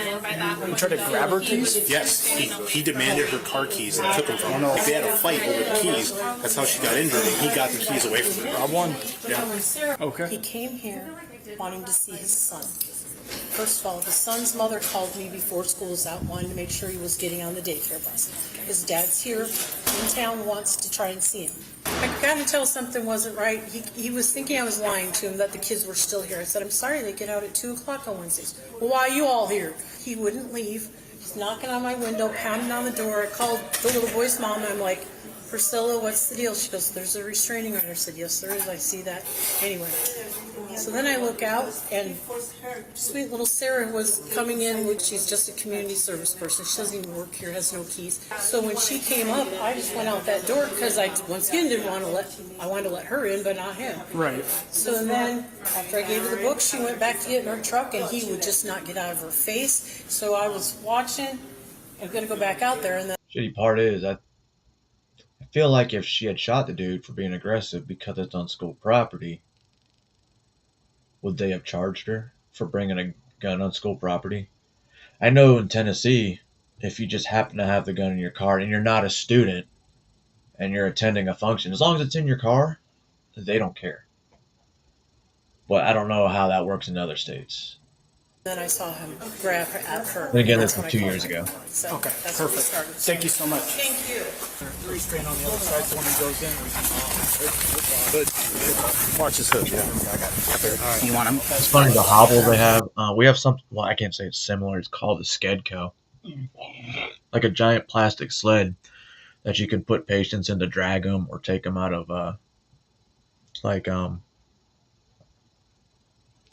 a wooded or a mountain area with an airlift. That would have worked just fine too, because it basically turns him into a burrito. It took 5 of us to handcuff him. Try to relax. You got tons of restraints on you, bud. They're starting to do that in Tennessee as well. So you're good? Yeah, I'm good. He grabbed my mic and tried to rip my mic off, so that's when I grabbed it, and I was like, I'm not going to have comms, so I just said 1033, give me whoever. My shit was hanging down, he's holding on to it, fighting with me, so punched me in the face a couple times. Well, your face could use it. I don't blame him. Right. I would too. I'm assuming that's why he's here. Supposedly here to see his kid, try to pick his kid up. So, yeah, I got OC all over me, so I'm burning. What do you need? I got some wipes. I'll give you Please some and thank you, actually. That'd be awesome. Dude, what? We're going to get you out to the hospital, okay? Now, can you guys remember the days when you sent your child to school and for the most part it was a safe and controlled environment? Because I do. For the most part, yeah. climate. Then something changed. What changed? Starts with discipline. Not only discipline at home, but discipline at school. I mean, I got in a lot of trouble at school, don't get me wrong, but not to the point where, the police were being called, multiple investigations. Mine were just for some petty shit. And those schools never had to worry. Well, let me rephrase that. The school I went to in Kentucky, it was kind of a ghetto school, so the police actually had a presence at the school. And they were actually used a few times for multiple fights, to include one that was in the main lobby that involved 3 non-students, 2 students, the ROTC officer, or instructor, who I'm glad his ass got beat, and then the cops. And then I switched schools to a predominantly white southern school in Alabama. And I think the only times we had a cop called in was when someone took an emu, cut its feet off, and threw it on school grounds. That's the only time I can remember a cop being at that school. And they were pretty fucking racist. Not towards me. Okay, maybe just a little bit. They thought I was a Mexican. Not that that's okay. Activists have plenty of punchlines. In fact, let's feature some of them right now, because it has been a period of failure for climate activists that is really, really fun and entertaining to watch. And that's why on Earth Day, we like to go back and look at some of their incredible predictions from the past. There's one great article AEI put out, 18 spectacularly wrong predictions were made around the first Earth Day in 1970. This is Mark J. Perry, by the way. And let me give you some highlights, because these are always fun to go through. How many of them have come true? Maybe all of them have come true. That's what we're told, basically, by the media, that they've been predicting this correctly the entire time. Let's go back and look at the first Earth Day and the time around there to see what exactly came true. Harvard biologist George Wald estimated that civilization will end within 15 or 30 years. That would be by 1985 or 2000 for those keeping track at home, unless immediate action is taken against problems facing mankind. Now, we definitely did not take the action that they wanted us to take, and somehow, in both 1985 and 2000, we still have a civilization. Who would have seen it coming? Crazy, right? The population will inevitably and completely outstrip whatever small increases in food supplies we make. Paul Ehrlich confidently declared in the April 1970 issue of Mademoiselle. Imagine that, you're Mademoiselle. I don't know what normally is in there, like fashion. Yes, you're getting like Paul Ehrlich telling you you're all going to die. The death rate will increase until at least 100 to 200 million people per year will be starving to death during the next 10 years by 1980. That did not occur. Whoa, shockingly, by 1980. It must have gotten better in 81, because I guess food came back. 1980. How about this? Most of the people who are going to die in the greatest cataclysm in the history of man have already been born. That cataclysm like in a 1969 essay titled "Eco-Catastrophe!" This next cataclysm, if it does happen, we know who the powers to be did it, because they did the last ones, which is why the history is erased, why technology was erased, but somehow the same technology that we were hearing about in the 1800s is magically coming back. Magically coming back. And then if you go on the theory of the melt, one of the cataclysms that the Earth melted, look no further than solar panels. They're absorbing all that sun. They're putting them on your houses. They're putting them in woodland areas. It's cooking. Cooking the environment. By 1975, some experts feel, I love that, some experts feel, not all experts have studies that prove, but some experts feel that food shortages will have escalated to the present level of world hunger and starvation into famines and unbelievable proportions. Other experts, more optimistic, think the ultimate food population collision will not occur until the decade of the 1980s. So there's your split. You have some people who say it's going to happen before 1980, and some that are say the biggest food cataclysm is going to happen in the 1980s. You might have noticed we got past both of those decades and none of that occurred. But there was never even a position. It wasn't like, look, we think there's a real chance that this could happen, but it also could be fine. It's either really terrible tragedy or slightly less terrible tragedy. That's it. So there you go. Next up, Paul Ehrlich again. He's kind of the star of this. He sketched out his most alarming scenario of the 1970 Earth Day issue of The Progressive, assuring readers that between 1980 and 1989, some 4 billion people, including 65 million Americans, would perish in the Great Die-Off. Now, you want to talk about a fun event to attend year after year after year, the Great Die-Off. I don't remember 65 million people dying in the Great Die-Off or 4 billion people worldwide. People do die of old age, but of course we've seen all those numbers go in the right direction largely. It's already too late to avoid mass starvation, says Dennis Hayes, chief organizer of Earth Day in spring 1970. Is it too late to avoid mass starvation? Well, Peter Gunter, a North Texas State University professor, wrote in 1970, demographers agree almost unanimously on the following grim timetable. By 1975, widespread famines will begin in India. These will spread by 1990 to include all of India, Pakistan, China, and the Near East, Africa. By the year 2000, or conceivably sooner, South and Central America will exist under famine conditions. By the year 2030. Dude, that's crazy when you think about it. Western Europe, Germany, France, Italy, all those countries that made up the beginning of the Dark Ages, as far as I can remember. Then you have North America, which in my opinion was Atlantis. And then you have Australia. Nobody really knows a lot about Australia now, other than we sent prisoners there from Europe. Or did we? It's interesting that those 3 specific places, surprised they didn't mention Russia or China. Oh, never mind, they did, because it's gone. But, that's kind of the way the old world could have been. Entire world, with the exception of Western Europe, North America, and Australia, will be in famine. Well, that entire world, that would include Antarctica, and no one lives there. Think like a handful of people. Because of the climate and hunger and stuff, nobody lives in Antarctica. Think about that. By the way, none of that happened. Can I go to Antarctica and hunt There penguins? wasn't widespread famines. The only famines that really happened in this period happened a little bit earlier with China and Mao. That happened. There have been famines, most of them human-caused, having nothing to do with the climate making it impossible to grow things. In January 1970, Life reported, scientists have solid experimental and theoretical evidence to support the following predictions. In a decade, urban dwellers will have to wear gas masks to survive air pollution. And by 1985, air pollution will be reduced to half the amount of sunlight reaching the Earth. Think about that for a second. Half the sunlight reaching the Earth, just gone. Now, I had this experience today where I went outside, and it seemed pretty normal. Wasn't dark, wasn't half the sunlight, just a normal amount of sunlight. Speaking of half the sunlight, the UK is trying to make this thing where they can limit the amount of sun that hits their country. That doesn't sound very good to me. How are you going to make this happen? Day. What's fascinating about this is how often they say the same stuff, right? They're always predicting the worst cataclysms over and over and over again. And there's never like a punishment. There's never like a, gosh, we really blew that one.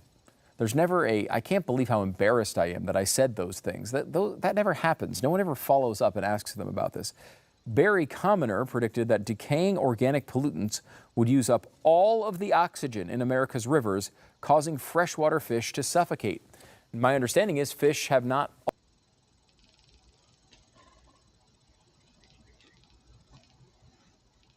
So fish can suffocate? Interesting. All started to suffocate yet. They're just kind of still swimming around like normal. Paul Ehrlich again chimed in, predicting in 1970 that air pollution is certainly going to take hundreds of thousands of lives in the next few years alone.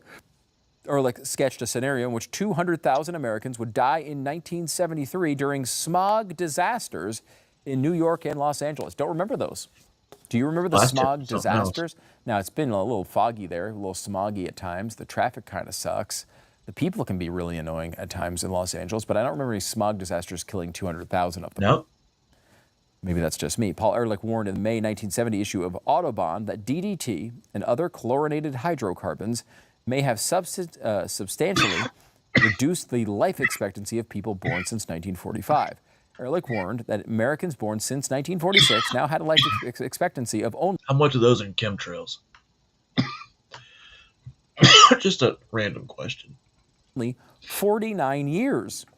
And he predicted that if current patterns continued, life expectancy would reach 42 years by 1980 when it might level out. Fuck GMOs, man. One thing you always get from these quotes and articles from environmentalists is a phrase that you hear over and over and over again, and you can never actually take seriously, which is, if current patterns continue, because that never seems to happen. The current patterns don't continue. It's almost like the Earth isn't trying to commit suicide all the time. But they say life expectancy is 42 years, which is, wow, I'm impressive because I'm already 40. What's today's date? We're 2025, 49. I'm 49. I've already lived out past my life expectancy because it evened out at 42, if you remember correctly. Ecologist Kenneth Watt declared, by the year 2000, if present trends continue, we will be using up crude oil at such a rate that there won't be any more crude oil. Oh. You'll drive up to the pump and say, fill her up, buddy. And he'll say, I'm very sorry, there isn't any. You know, when they say there isn't any, it's bullshit. They just don't have the technology at the time to drill down that far. Supply chain disruptions. We have had a bunch of environmentalists trying to make it so we can't drill our own oil, so that we can't have any gasoline. But generally speaking, that's been the only real threat on that one. Harrison Brown, a scientist at the National Academy of Sciences, published a chart in Scientific American that looked at metal reserves and estimated that humanity would totally run out of copper shortly after 2000. Lead, zinc, tin, gold, and silver would be gone before 1990. It's weird, all those things still exist. In fact, I could still get zinc at CVS for like 9,000 tablets for $4. Lead, tin, gold all still exist. Copper still exists. Silver also still exists. That's your update.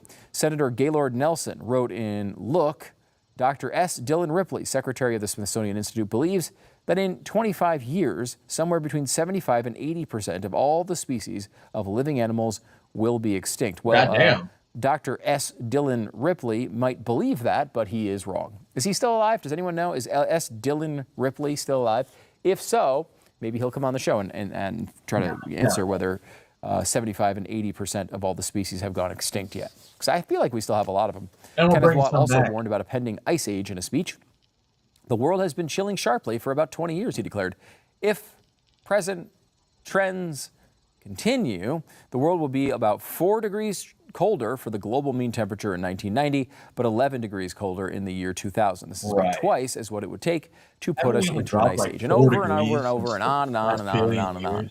There's no shortage of these things. They predicted this constantly, and that was kind of the first Earth Day pitch. The first Earth Day pitch was not about global warming. In fact, they were praying for global warming, praying to probably some God that doesn't exist, but they were praying nonetheless. They were saying, oh, yes, please bring us global warming because we are going into a period of another ice age. The pitch at the time was global cooling. That was the issue. That was the thing you're supposed to be concerned about, global cooling. And that just switched over time, and no one seemed to matter, no one seemed to notice, no one seemed to care that they were telling us one thing a little while ago, and now are telling us the exact opposite. Now they're saying global warming is the concern. Or it's actually not global warming, he got it wrong. It's called climate change. Jeez, these journalists need to get their shit together. Let's see. No, we're not doing that one. All right. Oh, Benny Johnson. Benny Johnson taking a trip to spring break. And, well, listening to these kids, you know, today's voting generation, the younger ones, I don't see how people like AOC and the squad are going to take over. How is our boy Trump doing as president? How's he doing? He lit in the motherfucking look. Trump really doing his thing. You know what I'm saying? Build them borders, get them motherfuckers up out of here. Oh my God. And let's get my tax return back, motherfucker. We really want our money. You want your money? I want my money. You want your money? Hello again on Benny on the Block. We are out here in Miami. How's Trump doing? Doing great. I fuck with Trump, man. I like that he be hoeing everybody. Like, you know, fuck every other country that ain't where we on. I just like Trump, period, though. Yeah. You know, as a person, he's just an asshole. If I was a president, I'll act just like him. Me too. China. Why do you keep calling this the Chinese virus? A lot It comes from China. racist. It's not racist at all, no. It comes from China. Vamos a hacer América más grande, por así. Donald Trump, what do we think? I love him. Love him? Love him. Thank you, Trump, for getting rid of Justin Trudeau. Should he run for a third term? Absolutely. I forgot that dude's Canadian. Would you vote for Trump a third time? Yeah, absolutely. Yeah. No brainer. Says he wants to run again? Yeah, let's go. Yeah. MAGA, baby, MAGA. Yeah. In Argentina, a lot of people like Trump. Yes, a lot. Oh, yeah. Oh, yeah, because they have that new president. There it is. Theme song. You gonna vote for Kamala again if she runs? Do not come. Do not come. I'm gonna come.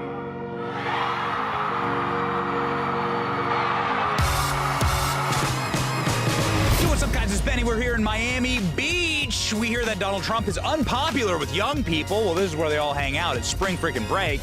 So let's go ask. What do they think of Donald Trump 2.0? We're gonna find out today on Benny on the Block. Let's go. How's Trump doing?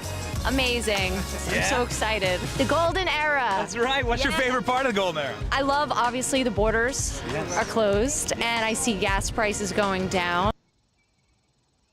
I agree with a lot of what Donald Trump has done so far, even though there's been a lot of pushback from Democrats and some Republicans. But Donald, Pam, Cash. I forgot to remind people today, in case you forgot. Where is the Epstein list, Margaret? Where is it? Still waiting. You happy with Trump? I am, yeah. Happy with the transparency and the way things are going. I personally support Trump. I think he's an awesome president in that he does what he wants. He sets stone what he wants to do. Like when he wants to make a policy, he makes it happen. Alpha energy. Yeah, I voted for Trump. What do you think of Trump? How's Trump doing? Oh, he's the man. Yeah. There's nobody better. Look what he's doing. Yes. You know, he's doing everything he said he was going to do. The tariffs were a little rocky, but he looks like he's bringing us to where he said he was going to bring us, so we'll see what happens. America first. Yeah. Yeah, that's right. You agree with that, America first? Yeah, 100%. Donald Trump, what do we think? I love him. Love him? Love him. Yeah. From 1 to 10, what do we think? 10. I'm Canadian, so the tariffs are hurting us a bit, but I would say 8 overall. He's f***ing awesome. Damn. Sorry about that, Sorry by the about way. You that. seem like a really nice guy. No, it's all good. It's all Maple syrup, we get it. Yeah, totally. Spanish. Look at how they're Spanish. No matter. You want some maple syrup? Vermont. Vermont is the way to go. No matter. What do you think of Trump? In Argentina, a lot of people like Trump. Yes, a lot. Why? Because his politics are similar to Milei's. So, and we like the character of Trump too. It's like very popular Trump in Argentina. I like guys, capital guys. Yes, alpha. Capital. Like a man. He's a man. Yeah. Milei is Milei's like a man too. here. Yeah, people like him. Yes, very popular. Yeah, he's the Milei is the artist. man. The chainsaw.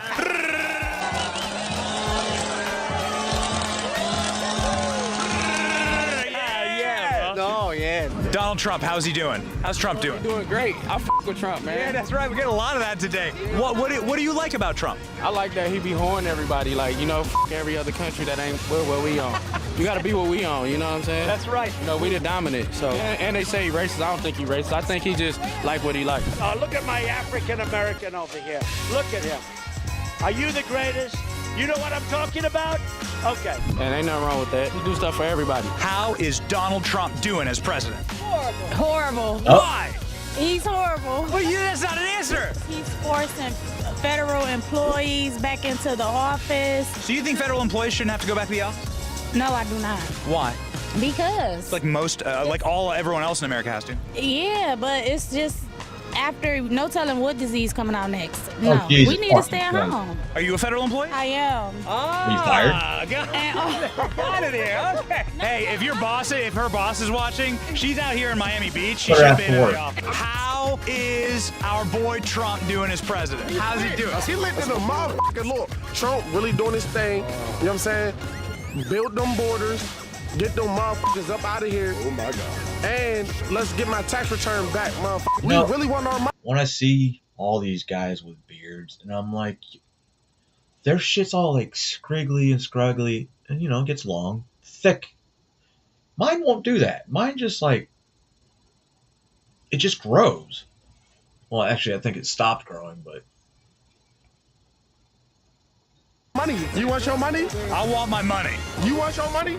Tell them to bring me my money. Yeah! They did have a movie, they were like, show me the money!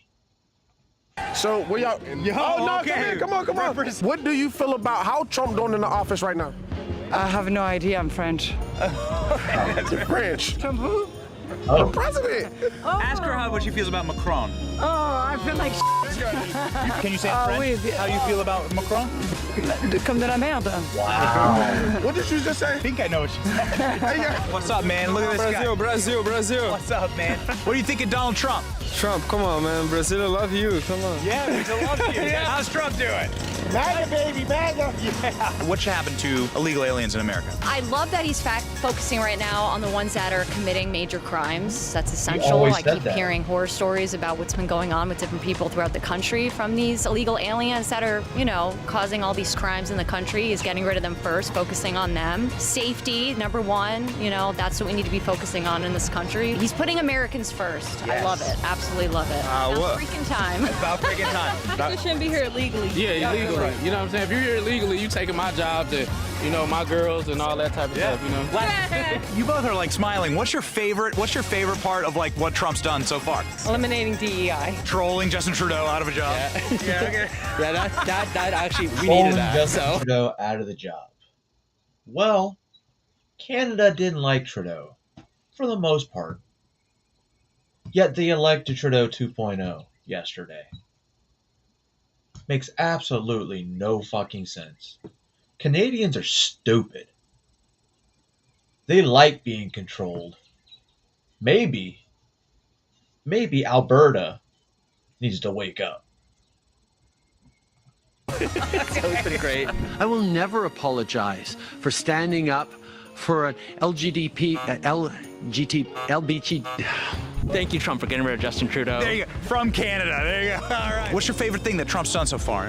How he said there's only a man and a woman. Common sense is back, and we're happy about that. That's exactly right. Yes, sir. Should he run for a third term? Absolutely. I would Yes, vote for super it. excited. Donald Trump wants to run for a third term. What do you think? Would you support him? Yeah, I mean, if he keep up doing what he's doing, I wouldn't care. Depends on the best candidate to me. Yeah. So maybe. Let's Yeah. see. Would you vote for Trump third time? Yeah, absolutely. yeah. No Trump brainer. says he wants to run again. Yeah, let's go. Yeah. If you could vote for him again, would you? Yes. Okay. What about you? I would say you're Canadian. Can you I vote am. here? I can't, but if I could, I would do JD Vance next time. He's awesome Smart too. guys, Yeah. no. The thing I love about America is that I could have voted for Kamala. He could have voted for Trump, but at the end of the day, we still hang out. We're all bros. Yeah. All right. You gonna vote for Kamala again if she runs? What else do we know about this population, 18 through 24? The fuck? They are stupid. Which That is is funny, why we because 18 to 24-year-olds have been going to war for this country for the past 25 years, 26 years. But we were stupid. put them in dormitories, and they have a resident assistant. They make really bad decisions. They say she might run again, 2028. We'll see how Trump does at the end of these 4 years. We'll see. And I doubt it. you know. I doubt it. Kamala Harris is leading the polls to run again in 2028. What do you think? I think that would be a disaster for the Democrats. And honestly, if they go down that road, good riddance. I don't even believe it. I mean, look what happened this last election. She lost every single swing state. I don't think she'll ever get in the White House. Yo, check this out. What if every, conservative was like, yeah, I really hope AOC becomes the front runner. I hope AOC gets the winner. And all these polls are saying AOC this, AOC that. Only to realize we wanted AOC for a reason. Not to be president. Don't get me wrong. But she's going to win all these polls, but the polls are not going to mean shit. But bring it up, please. Like, where do I donate? Okay, well, how can I make Kamala the candidate again? It'd be the best thing in the world for conservatives for her to make a comeback. Yeah, but I don't think she'll ever win. Yeah, for sure. Yeah. How would you say "Make America Great Again" in Spanish? How do you say it? Vamos a hacer América más grande, por decir. Yeah. Buena de nuevo, sí. O más nueva, yeah, sí. Sí, más nueva. Vamos a hacer América grande otra vez. America Grande otra vez. Yeah, I mean, you gotta hit the Trump dance. There we go. Oh yeah, okay, yes. There it is. Trump, I just like Trump, period, though. Yeah. You know, as a person, he's just Trump an watch our asshole. channel. What's your message to him? If I was a president, I'll Always got to hit that Trump dance. Absolutely, Carmen. And it would have been fast. It would have been real fast. Probably within her first 100 days. Because we were already heading down that path. That all she had to do was relight it. So, A 17-year-old. I believe the Baltimore mayor was talking about how crime was going down, especially amongst the youth, and that the youth weren't committing. Just, saying it in a different way to make it sound like I'm talking more. Committing the majority of the crimes. That's how the media does it. Just rephrase it within 2 seconds. People are going to like, oh yeah, I totally understand that. Year-old boy is in critical condition after a shooting early this morning in southwest Baltimore. Those are the exception. The rule for our young people are that they are living positive lives and want to be the best version of themselves. Good evening, and thank you for joining us. I'm Vincent Hill. Now, this comes as Mayor Brandon Scott touts a reduction in juvenile violence, promising to keep kids safe over the summer. In the Edgewood neighborhood in southwest Baltimore. 18, give us the air. We got blood all over the porch trying to get into entry into the house. See? I may have watched this a couple days ago and I was high, but I still remember knowledge. But for some reason I can't remember what I said 5 minutes ago. Or 2 seconds ago sometimes. Police responding to a shooting just after 2:30 Saturday morning. Well, get a medical. Inside, they find a 17-year-old male shot in the head in critical condition. 17-year-old female walked herself to the hospital. We announce our summer youth engagement strategy. The shooting comes just days after Mayor Brandon Scott made this announcement while unveiling his plan to keep young people out of trouble this summer. The number of youth shooting victims decreased 66%, and aggravated assault victims dropped 31%. But at this home in Edgewood, those are the exception. The exception to the rule. The rule for our young people are that they are living positive lives and want to be the best version of themselves. A grim one. It was a week ago that an 18-year-old was shot and killed at the same home. The number one male, all black, down, not moving, multiple gunshot wounds. Fox 45 has learned the home is being used as an Airbnb. We reached out to the owner for comment, but have not yet heard back. Meanwhile, as always, our goal this summer is to keep our young people safe. Not everyone is sold on those words. Hearing that messaging and seeing all the violence that happened in the city, it doesn't really sit well. So glad it's towards the end of shedding season for my husky. I'll be good for a couple more months. On Friday, Baltimore police releasing these images. What's up, Aurora? 3 possible suspects in a double shooting in East Baltimore. Nice name, We don't know Laura. what's going to happen next. That shooting injured a 15 and a 17-year-old just before 3:30 in the afternoon on April 10th, as the mayor says his plan will drive down juvenile violence. This plan is one part of our plan to continue to reduce violence and crime in Baltimore. Residents who see it on a regular basis aren't so sure. When we constantly see those reports and experience these reports, for ourselves, it's very difficult to determine whether there is real improvement being made. Hi, I'm Vincent Hill. Thanks so much for watching. Don't forget to like. Crime's not down. And think about it. It's only just started. Here it is, April 29th. School gets out for most people within the next 3 to 4 weeks. Kids are out of school. And they're going to have a reason to riot when it comes to this Metcalf Carmelo Anthony case, amongst others, that they're just keeping quiet for right now. Just be careful this summer. Stay strapped. Or pepper sprayed. Or a knife, because knives are good for self-defense. Remember that. I'm going to let the story run. I need to go grab something to drink. But I will address this when I come back. Actually, hold on.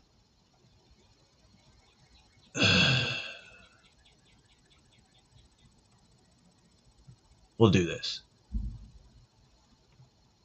Music break. Be right back.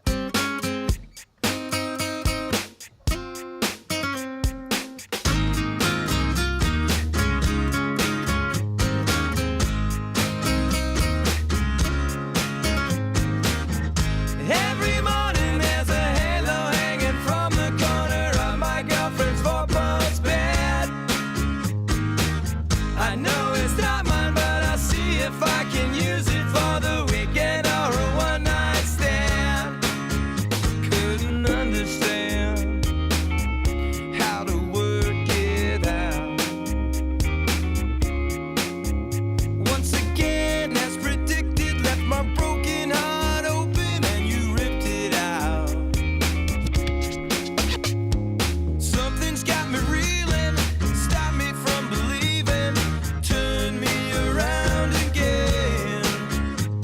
Said that we can do it, you know I wanna do it again.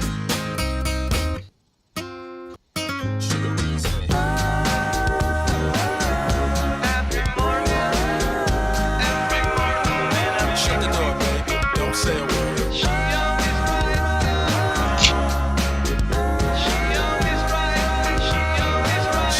baby. Shut the door, baby.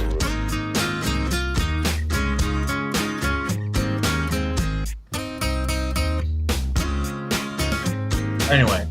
Every morning there's a Thanks, Mark. So this happened, I believe, Sunday night. Saturday, Sunday night in Colorado Springs, Colorado.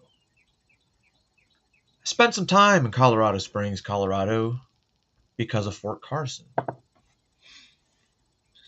18 years old, freshly graduated basic training. One of the first things they told us about were off-limit organizations. Don't use payphones. This is 1999, guys. And there was a few other things. And what I found, now that I think back, and there was a club that was side by side. It was two clubs separated by a door with a bouncer, obviously. One side was 21 and above. The next side was 18 and below. And then they had like 2 or 3 more clubs that you could have walked through. But obviously I couldn't drink in any of them. But the fact that 18, 19-year-olds were allowed in there with 15 and 16-year-olds. And all that was really dividing from the adult clubs was a door. I did not cover the Vancouver Festival, but I will address it. Whatever Lowe's name is, probably Chinese. You killed 9 Filipinos, you motherfucker. Alright? Take that personal. You fucking gook. Hello, I'm Diane Derby with an update to breaking news. More than 100 undocumented migrants are in custody right now after an overnight raid. It's not the fact that this was underground, illegal club. Shouldn't be there. Maybe I went to those in Germany. It's not the fact that there was 100 illegal immigrants there. That's a pretty big deal. Not the fact that there was prostitution there, which is also a pretty big deal. It's not the fact that there was tons of guns, tons of drugs, which in its own right was a pretty big deal. There were 12 active duty service members at this club, supporting all those things I just said before. at an underground nightclub in Colorado Springs. That's according to the Drug Enforcement Administration. It happened this morning on the southeast side of Colorado Springs. This is just northwest of the intersection of South Academy Boulevard and Airport Road. Take a look at this video the DEA posted on X. You can see law enforcement breaking a window at a building as dozens of people start running out of it. The DEA says more than a dozen active duty members of our military were either working in this underground nightclub as security or there as patrons. The DEA says drugs and weapons were seized during this operation. News 5's Allison Zimmerman has been live at the scene since early this morning. She's been talking with the special agent in charge of the DEA Rocky Mountain Field Division. Allison, what are you learning right now? And Diane, the special agent in charge from the DEA is saying that Colorado Springs is waking I'm correct with the number of 9, right, Carmen? up to a safer city after this massive operation took place overnight. Now, what we know is more than 300 federal law enforcement officers arrived here. Again, we're in southeast Colorado Springs. We're directly across the street from the Satellite Hotel, just to give you an idea of just exactly where we are. And as you mentioned, this was an underground nightclub, a very big drug trafficking investigation, and then resulted in more than 100 illegal immigrants. Yeah, apparently there was numerous law enforcement agencies, to include one from the United States Army. Being detained here today. We do know that there were a couple of other people that were also detained for having state warrants as well. And you certainly mentioned the military presence. Perhaps one of the most shocking, stunning details this morning that we were hearing is about a dozen active duty military members. See, guys, I do follow pretty much everything in the world, to include the Canadian elections, which it was a lose-lose situation, and they just happened to get the worst of the lose-lose situation.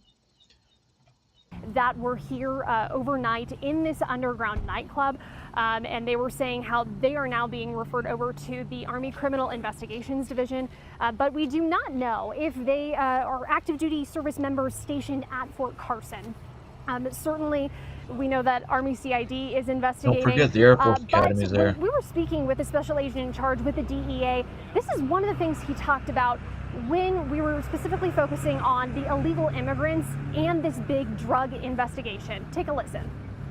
These crimes go hand in hand, right? When we find drug trafficking and prostitution, unfortunately, we're finding a lot of illegal aliens. 200 people in this club, a lot of drug trafficking happen, weapons, prostitution. He looks like half the people a federal agent would look like for the DEA. And also, here's a look at just what the scene looked like when we arrived. We showed up around 3 o'clock this morning, and it was a really active scene. More than 200 people were inside of this underground nightclub. Half were illegal, and more as than I half. mentioned, about 300 just federal law enforcement officers here. So that just goes to show you such a big response here. Things are certainly a lot quieter right now compared to when we first arrived at 3 o'clock this morning, but a big response here, and the special agent in charge saying that this is certainly important as they are taking a look at some of the criminal activity. And they also mentioned that there were other parts of the city that they were having these investigations this morning. We'll continue to follow up and let you know as we learn more. But for now, we're live in southeast Colorado Springs. Allison Zimmerman, News 5. Allison, thank you. One of the crimes investigators are looking into is drug trafficking. News 5's Megan Cloherty joining me now with more on the challenge. Yeah, we know about the drug trafficking. It's crazy, though. And it was a multiple month organization. Investigation / intel gathering. Why can't they do that with child sex predators? I'm not saying that was bad. I 100% agree with what they just did. Why can't they do the same thing with CSAM? Right? Okay, you're operating motor vehicle. Which one was this? Give me 2 seconds. I can't remember which one this was.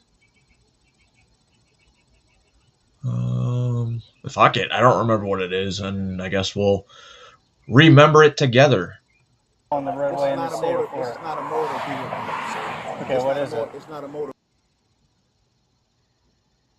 Yes, I agree. Because, like I said, it was a underground club. Opened after 3. So, yeah, you're not, well, or you are retarded. Uh, but you're not, you're understanding that one right. You're not that retarded today. If this isn't a motor vehicle, can you explain to me what it is? This is a vehicle, not a motor vehicle. Oh, yeah. It's not a motor Well, vehicle. this is a soft citizen, because they like to travel in their conveyance. This cop, a lot of patience, but he likes to troll, which is fucking amazing.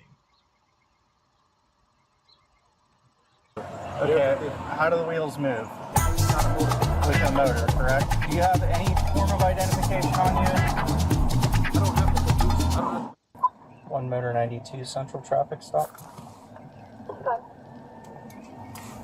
After the light at Howland and Elkham, it's going to be a white Chevy private tag is what it says. Dude, Canada has a lot of soft fits too, don't they? Aura.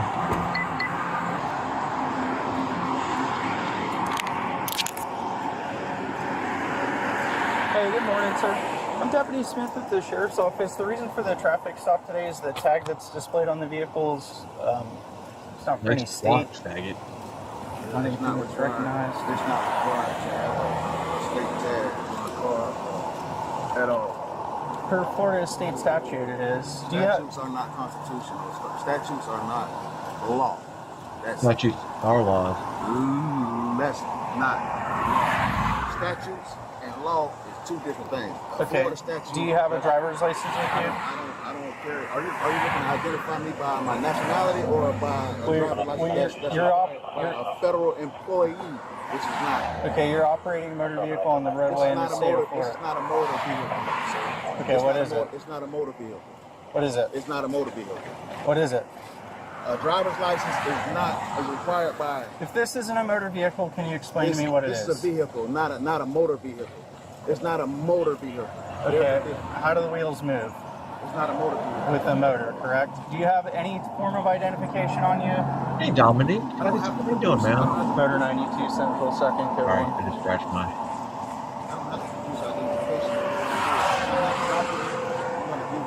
Yeah, sure.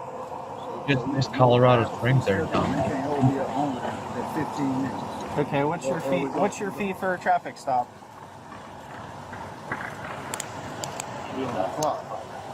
Get down.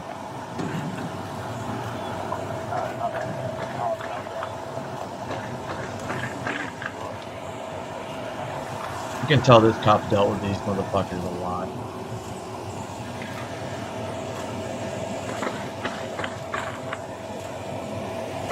See, this is certified recorder from Wilson County Courthouse.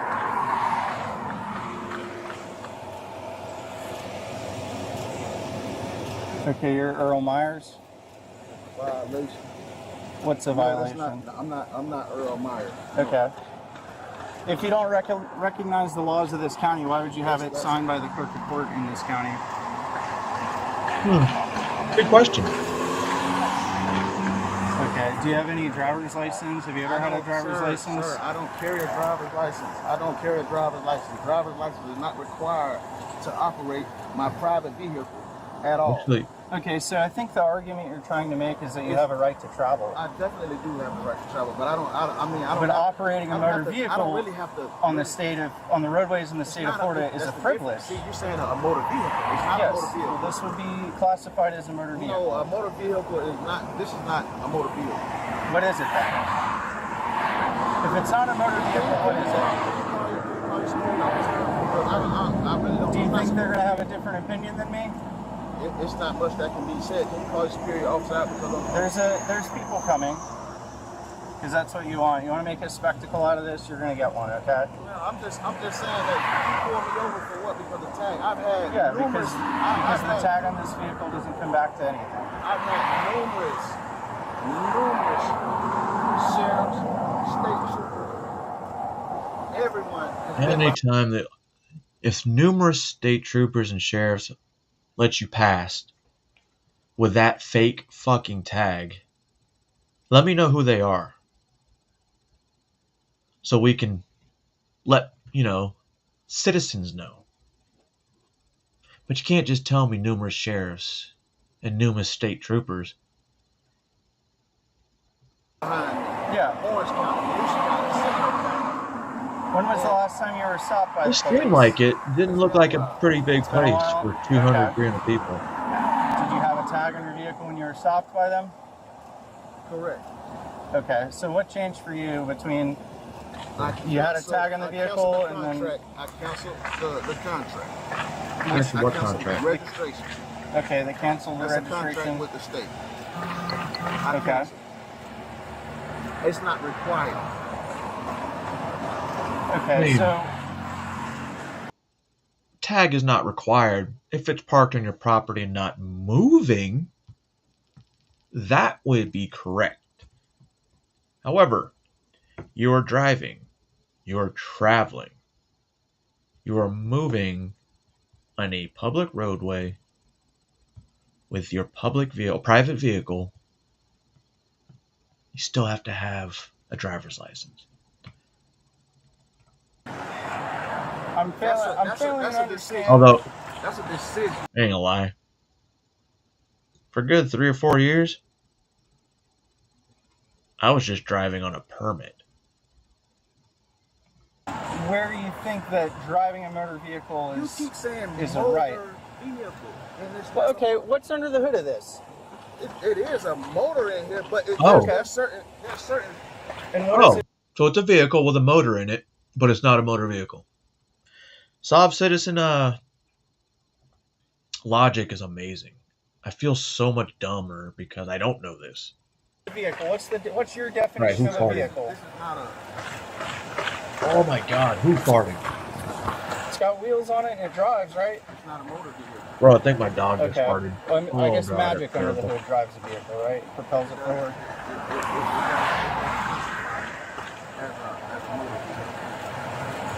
Bro, you gotta go. I mean, it's got a motor in it. It's got wheels on it. It's got a drivetrain. Anything can have a motor in it. Just because it has a motor doesn't. Dildo has a motor in it. Right. So like a Vibrator, generator has my a bad. motor, but it doesn't have. It's not self-propelled by the motor. It just generates energy. Whereas you have something that's powered by a motor that's self-propelled, has wheels on it. That sounds like a vehicle to me. No weapon.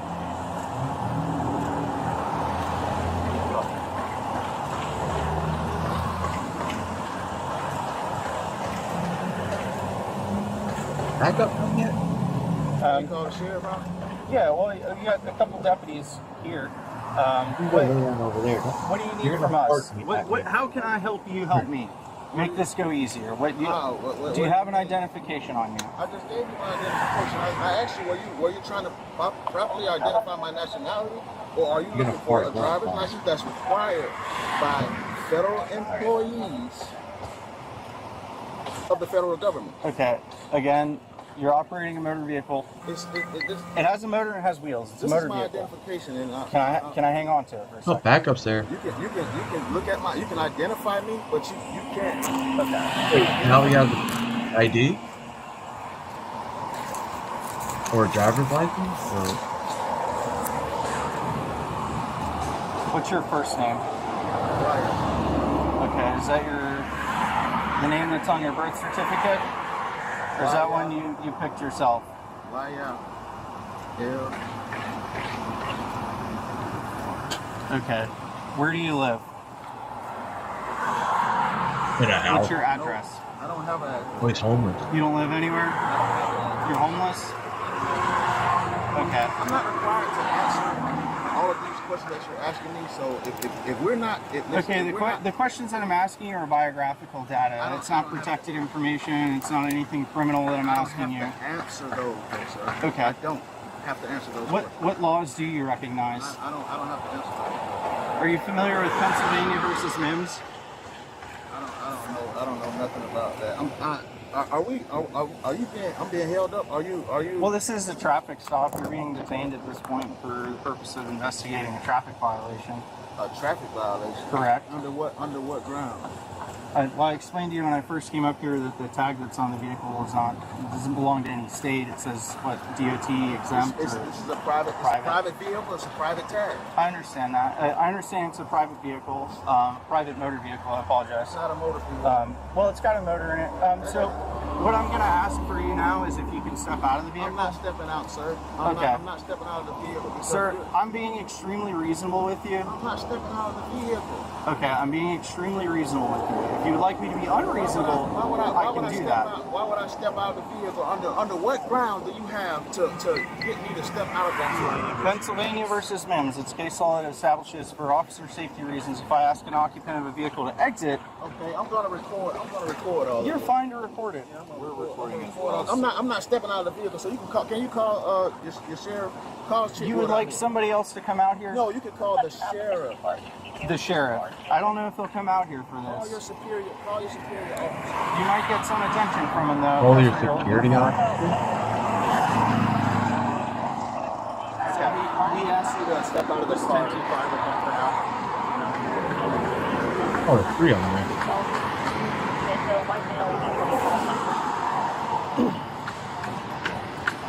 So who was driving the undercover? Hey, I asked him to get out. He doesn't want to get out, so we're going to take him out. So, yeah, as far as I can tell, he's doesn't. You know the deal. I don't have to explain it. So he wants to be removed. 31.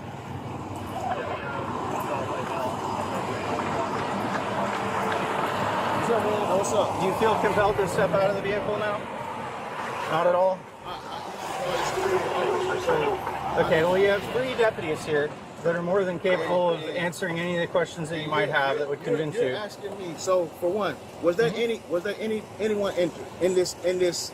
All right, we're not going to be answering those questions because it has nothing to do what does with it matter? traffic stop. Yeah, but you pulled me over. Are you correct? Are you reason. going to be stepping out of the car? You pulled me over. Yeah, they pulled you over for state tags. Nope, you're getting out. So you pulling me out. You're getting out of the car. Okay. So y'all pulling me out. Yes, you're getting out of the car. Okay, y'all pulling me out. So listen. Yeah. You didn't want to get out. If you put me in handcuffs, stop resisting.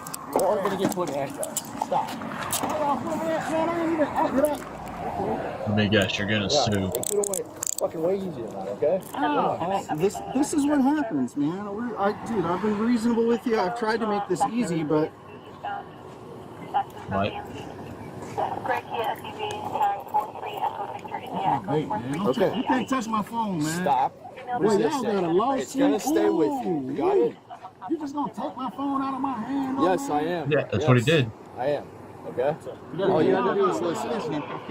Y'all are violating.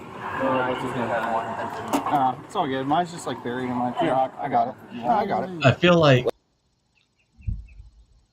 the way he said violating, that if you asked him to spell violating, he'd be like V-I-O-lating. Let go. Put my wallet in my pocket, man. Why you just snatching my stuff? Can you ask? This is ridiculous, man. But did I cuss y'all out? No, did we cuss you out? No, but y'all being rude for no reason, we man. got a job to do, pal. Like I'm a damn do something. All right, let's walk over to my car. Man. No, I'm not, man. I don't have to. I'm not going to the car. Get in no car. Okay, I'm asking you to walk to the front of the car. Y'all put me in handcuffs.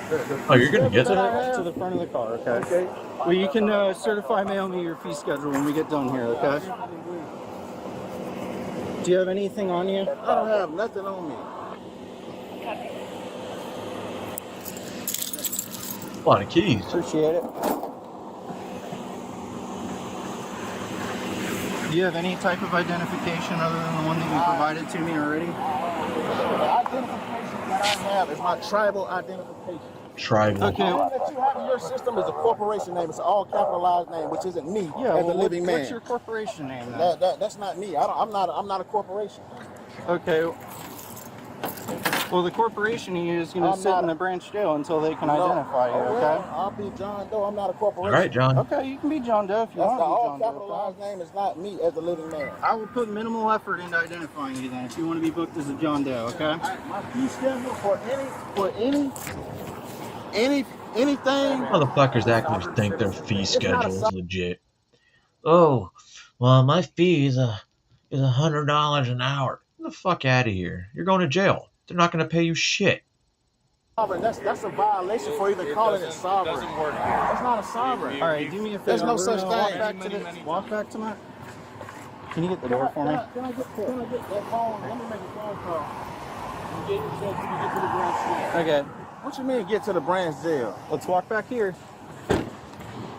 So you're taking me, you putting me in the car? Yeah, you're going to jail, pal. You putting me in the car? Yes, you're going to go into this car. Thank you. Sir, come on.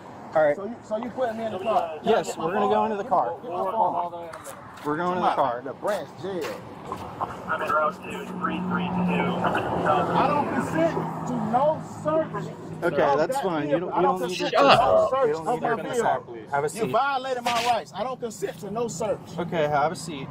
I don't consent to no search. Have a seat. You just going through my stuff, man. I don't consent to no search. Okay, your lack of consent is noted. Thank you. It's a double negative, so you do I'm consent glad to a y'all search. doing it. Ooh wee. I'm glad. Yeah. Did he get called? 10, 12, 10, 15?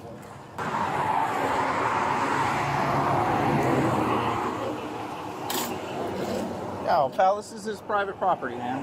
We ain't taking That's a fictitious tag. I took mine. Okay. All right.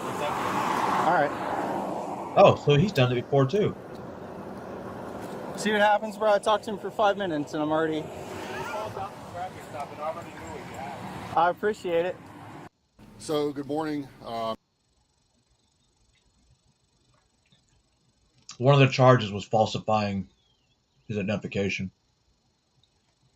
John Pullen with DEA and the Rocky Mountain Division.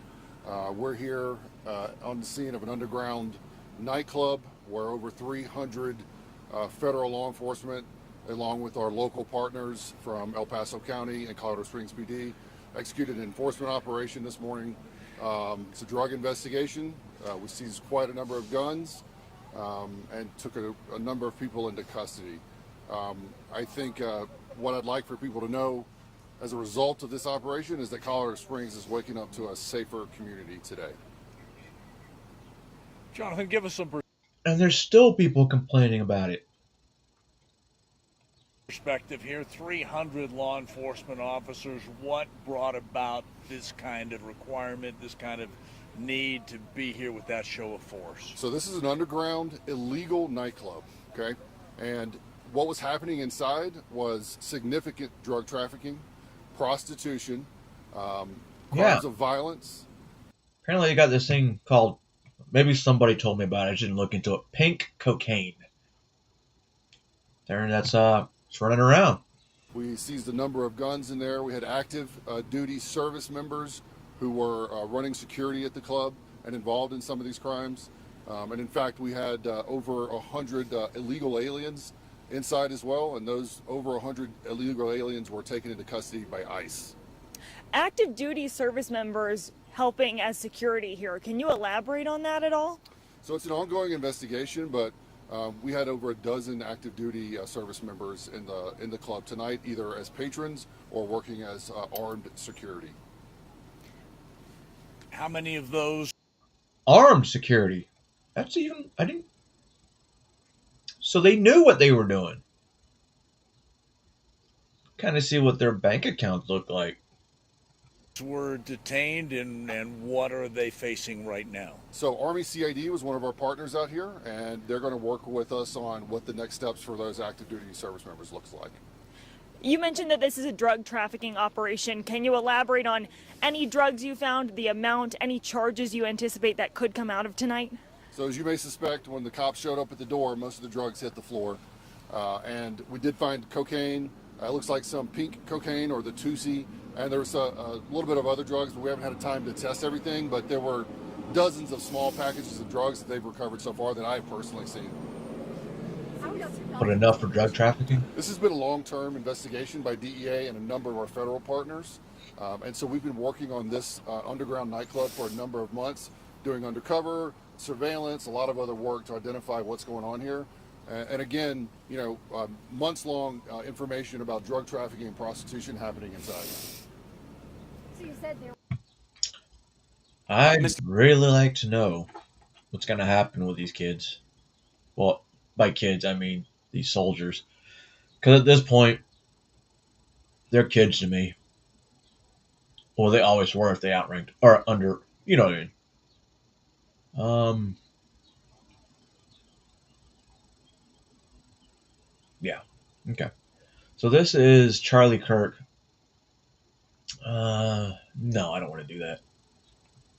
She hit me. Look at my face, my throat, my neck. Look at me. I just got out of the car and she was like, if you want to talk she like always calls me fat. No, I don't want to watch that one either. All right. Little history lesson, guys. Little history lesson. This is not a true crime channel, but I do find true crime stuff sometimes that I find interesting. And like I said, this guy's presentation always wins in my book.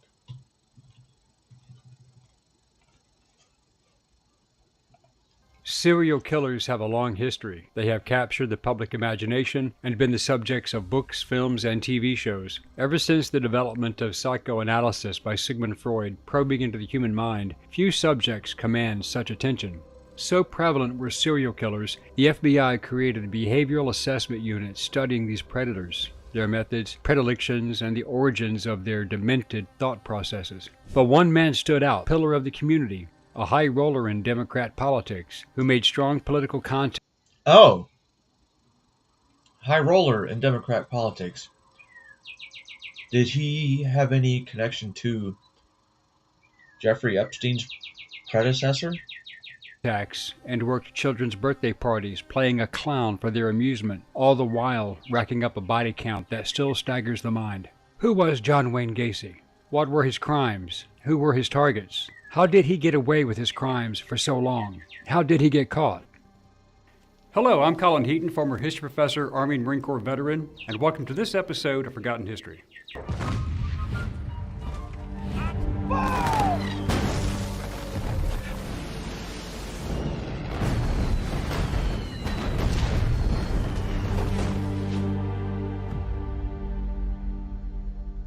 What's up, Jennifer? How are you?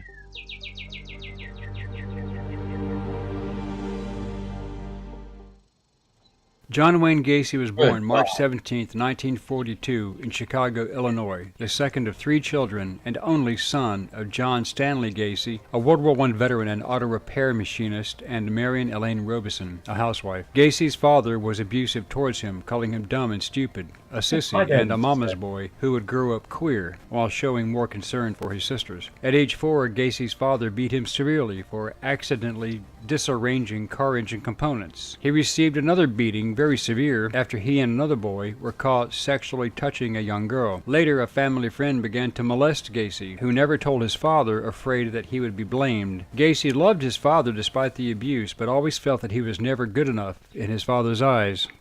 As a child, Gacy was overweight and unathletic and could not play sports due to a heart arrhythmia. And Gacy had experienced blackouts and was hospitalized on occasion. He was again hospitalized in 1957 for a burst appendix. Gacy's medical condition was never conclusively diagnosed, and his father accused him of malingering and faking illnesses.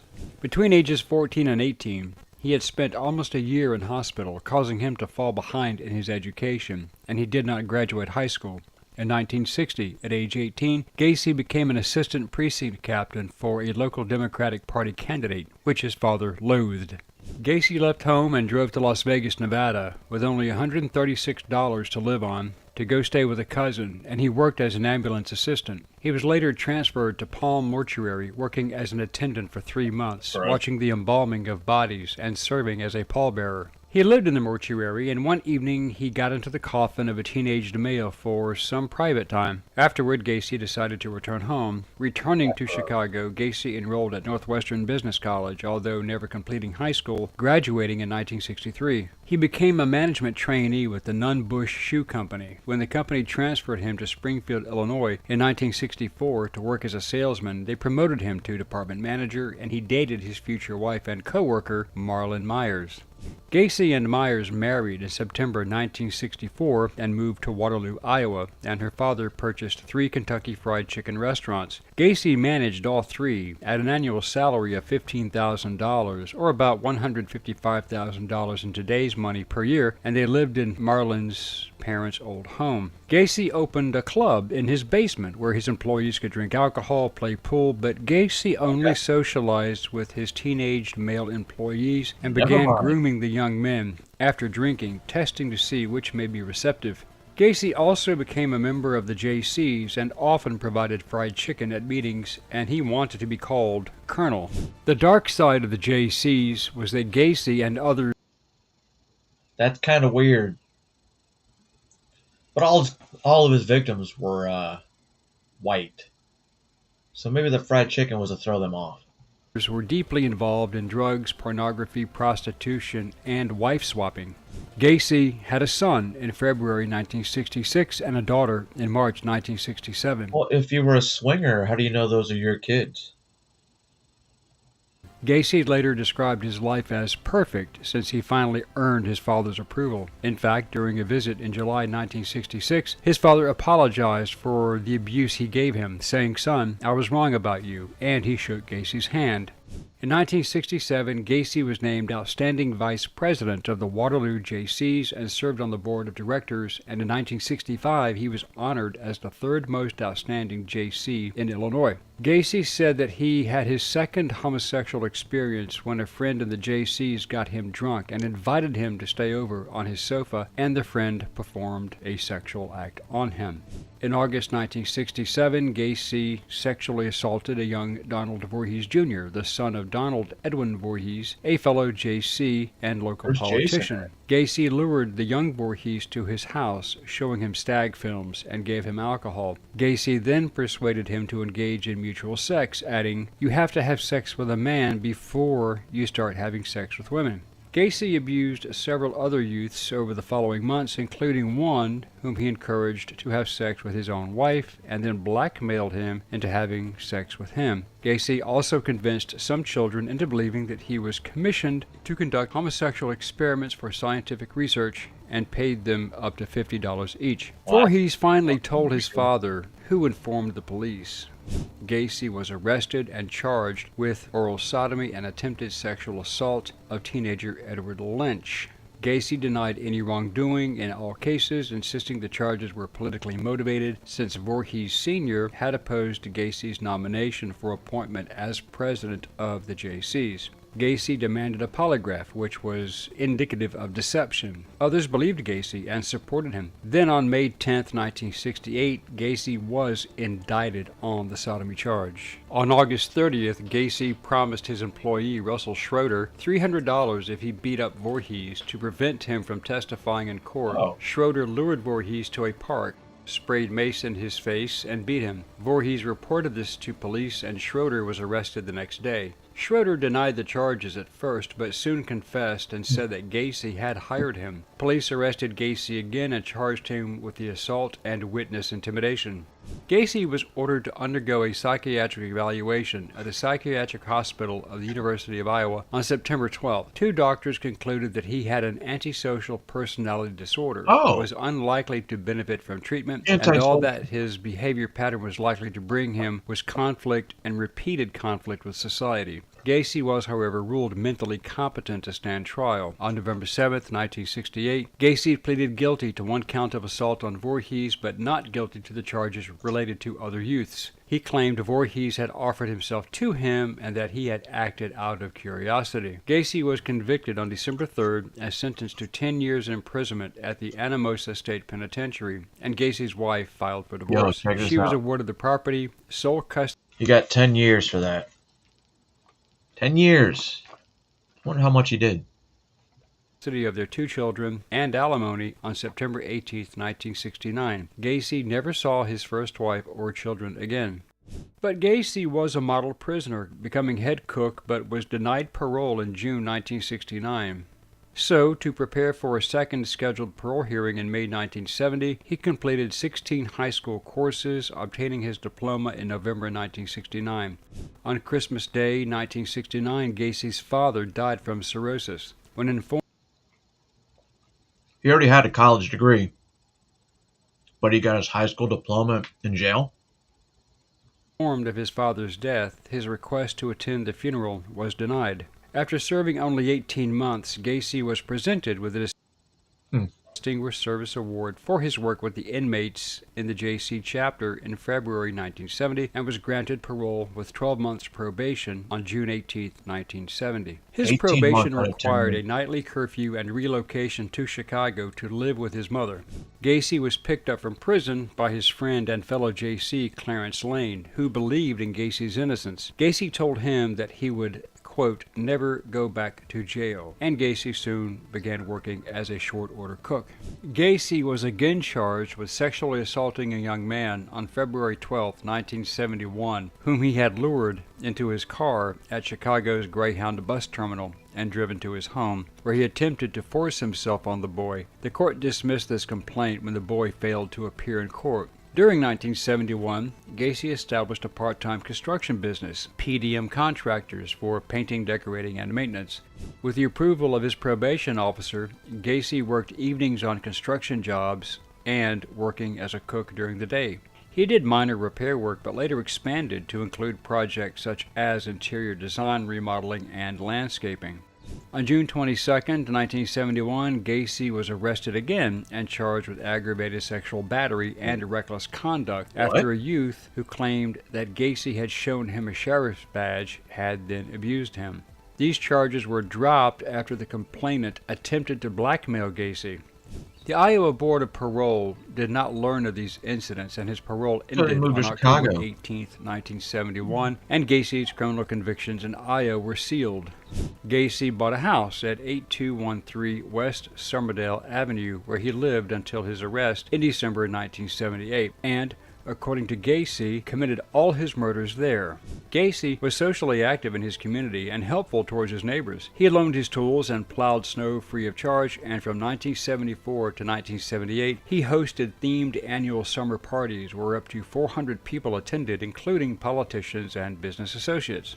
In August 1971, Gacy became engaged to Carol Hoff, whom he had previously dated in high school. Carol and her 2 young daughters from a previous marriage moved. After all that, he was still in politics? And they were married on July 1st, 1972. Gacy's mother, who had been living with him, moved out shortly before this wedding. In mid-1973, Gacy quit his job as a cook so he could focus on his construction business, which was growing. Gacy's first known murder was January 3rd, 1972. According to Gacy's own later account, following a family party the previous evening, he picked up a teenager, Timothy Jack McCoy, from Chicago's Greyhound bus terminal. McCoy was going to visit his father in Omaha, Nebraska, catching the bus the next day. Gacy brought him to his home, and he claimed that he woke early the following morning to find McCoy standing in his bedroom doorway holding a kitchen knife, and that he jumped from his bed and McCoy raised both arms in a gesture of surrender, accidentally cutting Gacy's forearm. Gacy took the knife and banged McCoy's head against the bedroom wall and kicked him against his wardrobe. But McCoy fought back and kicked Gacy in the stomach, doubling him over. Gacy then threw the boy to the floor and stabbed him repeatedly in the chest. Gacy claimed he washed the knife in his bathroom, then went to his kitchen and saw that McCoy had set the breakfast table. McCoy had apparently prepared breakfast and walked into Gacy's room to wake him while carrying the knife. Gacy buried McCoy in his crawl space under the house and covered it with a layer of concrete. McCoy was only known as the Greyhound busboy until his body was identified years later. In 1973, Gacy took a teenage employee to Florida, abused him in their hotel room. After returning to Chicago, this victim drove to Gacy's house and beat him up in his front yard. Right. Gacy told his wife that he was attacked for refusing to pay the boy for a poor quality painting job.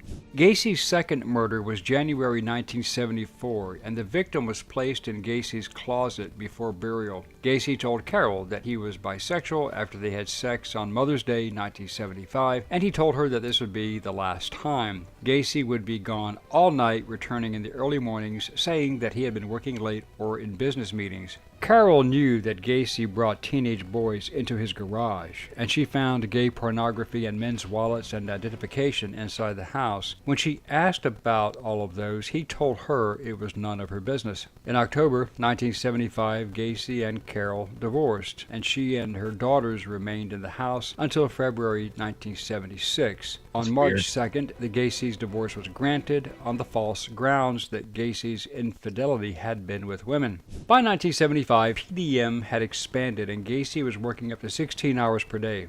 In March 1977, he became a supervisor for PE Systems, a firm specializing in the remodeling of drugstores. By 1978, Gacy's PDM company had an annual revenue of over $200,000. That's around $2 million today. Gacy... That said $200. Marion Gacy, 200. Boyd. That's weird. Why is it signed by two people? Oh. Yeah. Huh. Revenue of over $200,000. That's around $2 million today. Gacy joined the Jolly Joker Clown Club and performed at fundraising events, parades, entertaining hospitalized children. He became Pogo the Clown and Patches the Clown. He described Pogo as a happy clown, whereas Patches was a more serious character. Later, Gacy himself would become known as the Killer Clown. Much of his workers were high school students and young men, and he would often take advantage through coercion or threats, insisting on sexual favors in return for lending his vehicles, financial assistance, or even promotions. He claimed to own guns, telling one employee, "Do you know how easy it would be to get one of my guns and kill you, and how easy it would be to get rid of the body?" In May 1975, Gacy hired teenager Anthony Antonucci. In July, he went to the boy's home as he had an injured foot. They drank a bottle of wine, watched a heterosexual stag film. Then Gacy placed Antonucci on the floor and cuffed his hands behind his back. Antonucci managed to get one hand free while Gacy was in another room. Antonucci, who was a high school wrestler, overpowered Gacy and took the key and then cuffed Gacy's hands behind his back. Right. Gacy promised to leave if he was freed. Antonucci agreed and Gacy left. But Antonucci still worked for PDM for 9 more months, and Gacy made no further attempts to assault him.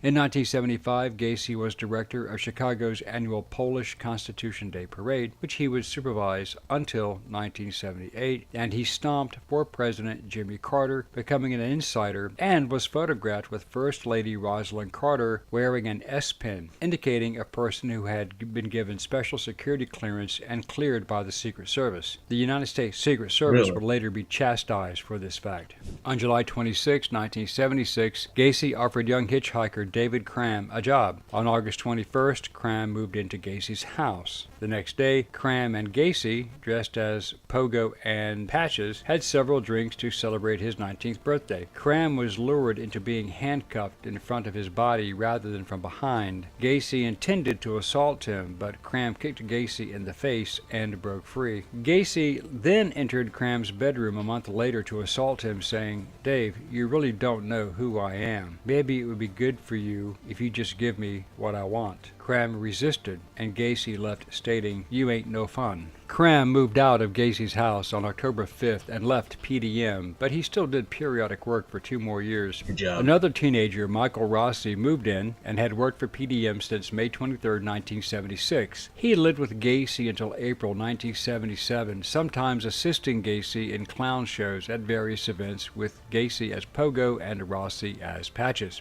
Gacy began his killing spree by impersonating impersonating police officers and cruising for young boys, offering them work. They were usually lured to his home and tricked into drinking alcohol and being handcuffed as part of a magic trick. His methods during or after the abuse and tortures varied, from strangulation, beatings, stabbing, or even drowning in his bathtub, where he would revive a victim and repeat the process. Gacy usually placed the corpses under his bed for up to 24 hours before burying them in the crawl space under his house, pouring quicklime to hasten decomposition, while a few were embalmed in his garage. Did you at least put lime on top of them? Gacy was prolific, and here is the list of identified victims in order with the date that they were murdered or went missing. Details about how they died came from Gacy's own confessions and coroner's reports, which he later recanted. Timothy McCoy, January 3, 1972, was the first victim. He was stabbed. John Butkovich, July 31, 1975, employee who confronted Gacy over unpaid wages. Butkovich's car was later found abandoned with his jacket and wallet inside and the keys in the ignition.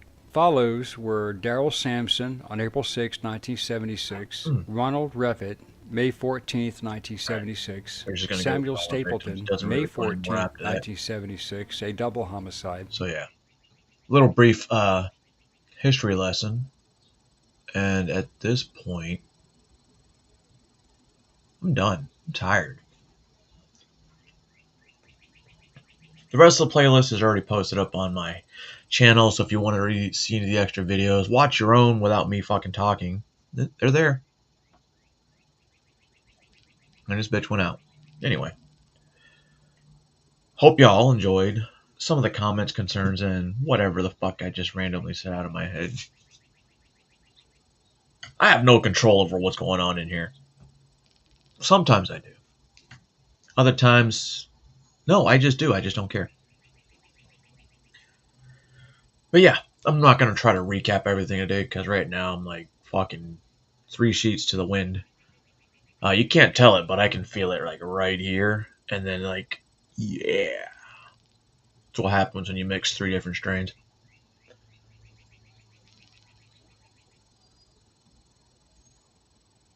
Yes. I'm not telling y'all how to think. Just telling you to think. And then maybe tomorrow I'll be a little more awake. We'll see. We never know. Because I don't even know if I'm going to be awake. Or if I'm going to wake up dead. You know, I always thought that, well, he woke up dead. Excuse me, Margaret. If you're dead, how do you wake up, Margaret? Weird. That's why I'm just telling you to think, because that's just weird. Hey, where'd my picture go? What? Whoa, I wasn't done. Stop the music.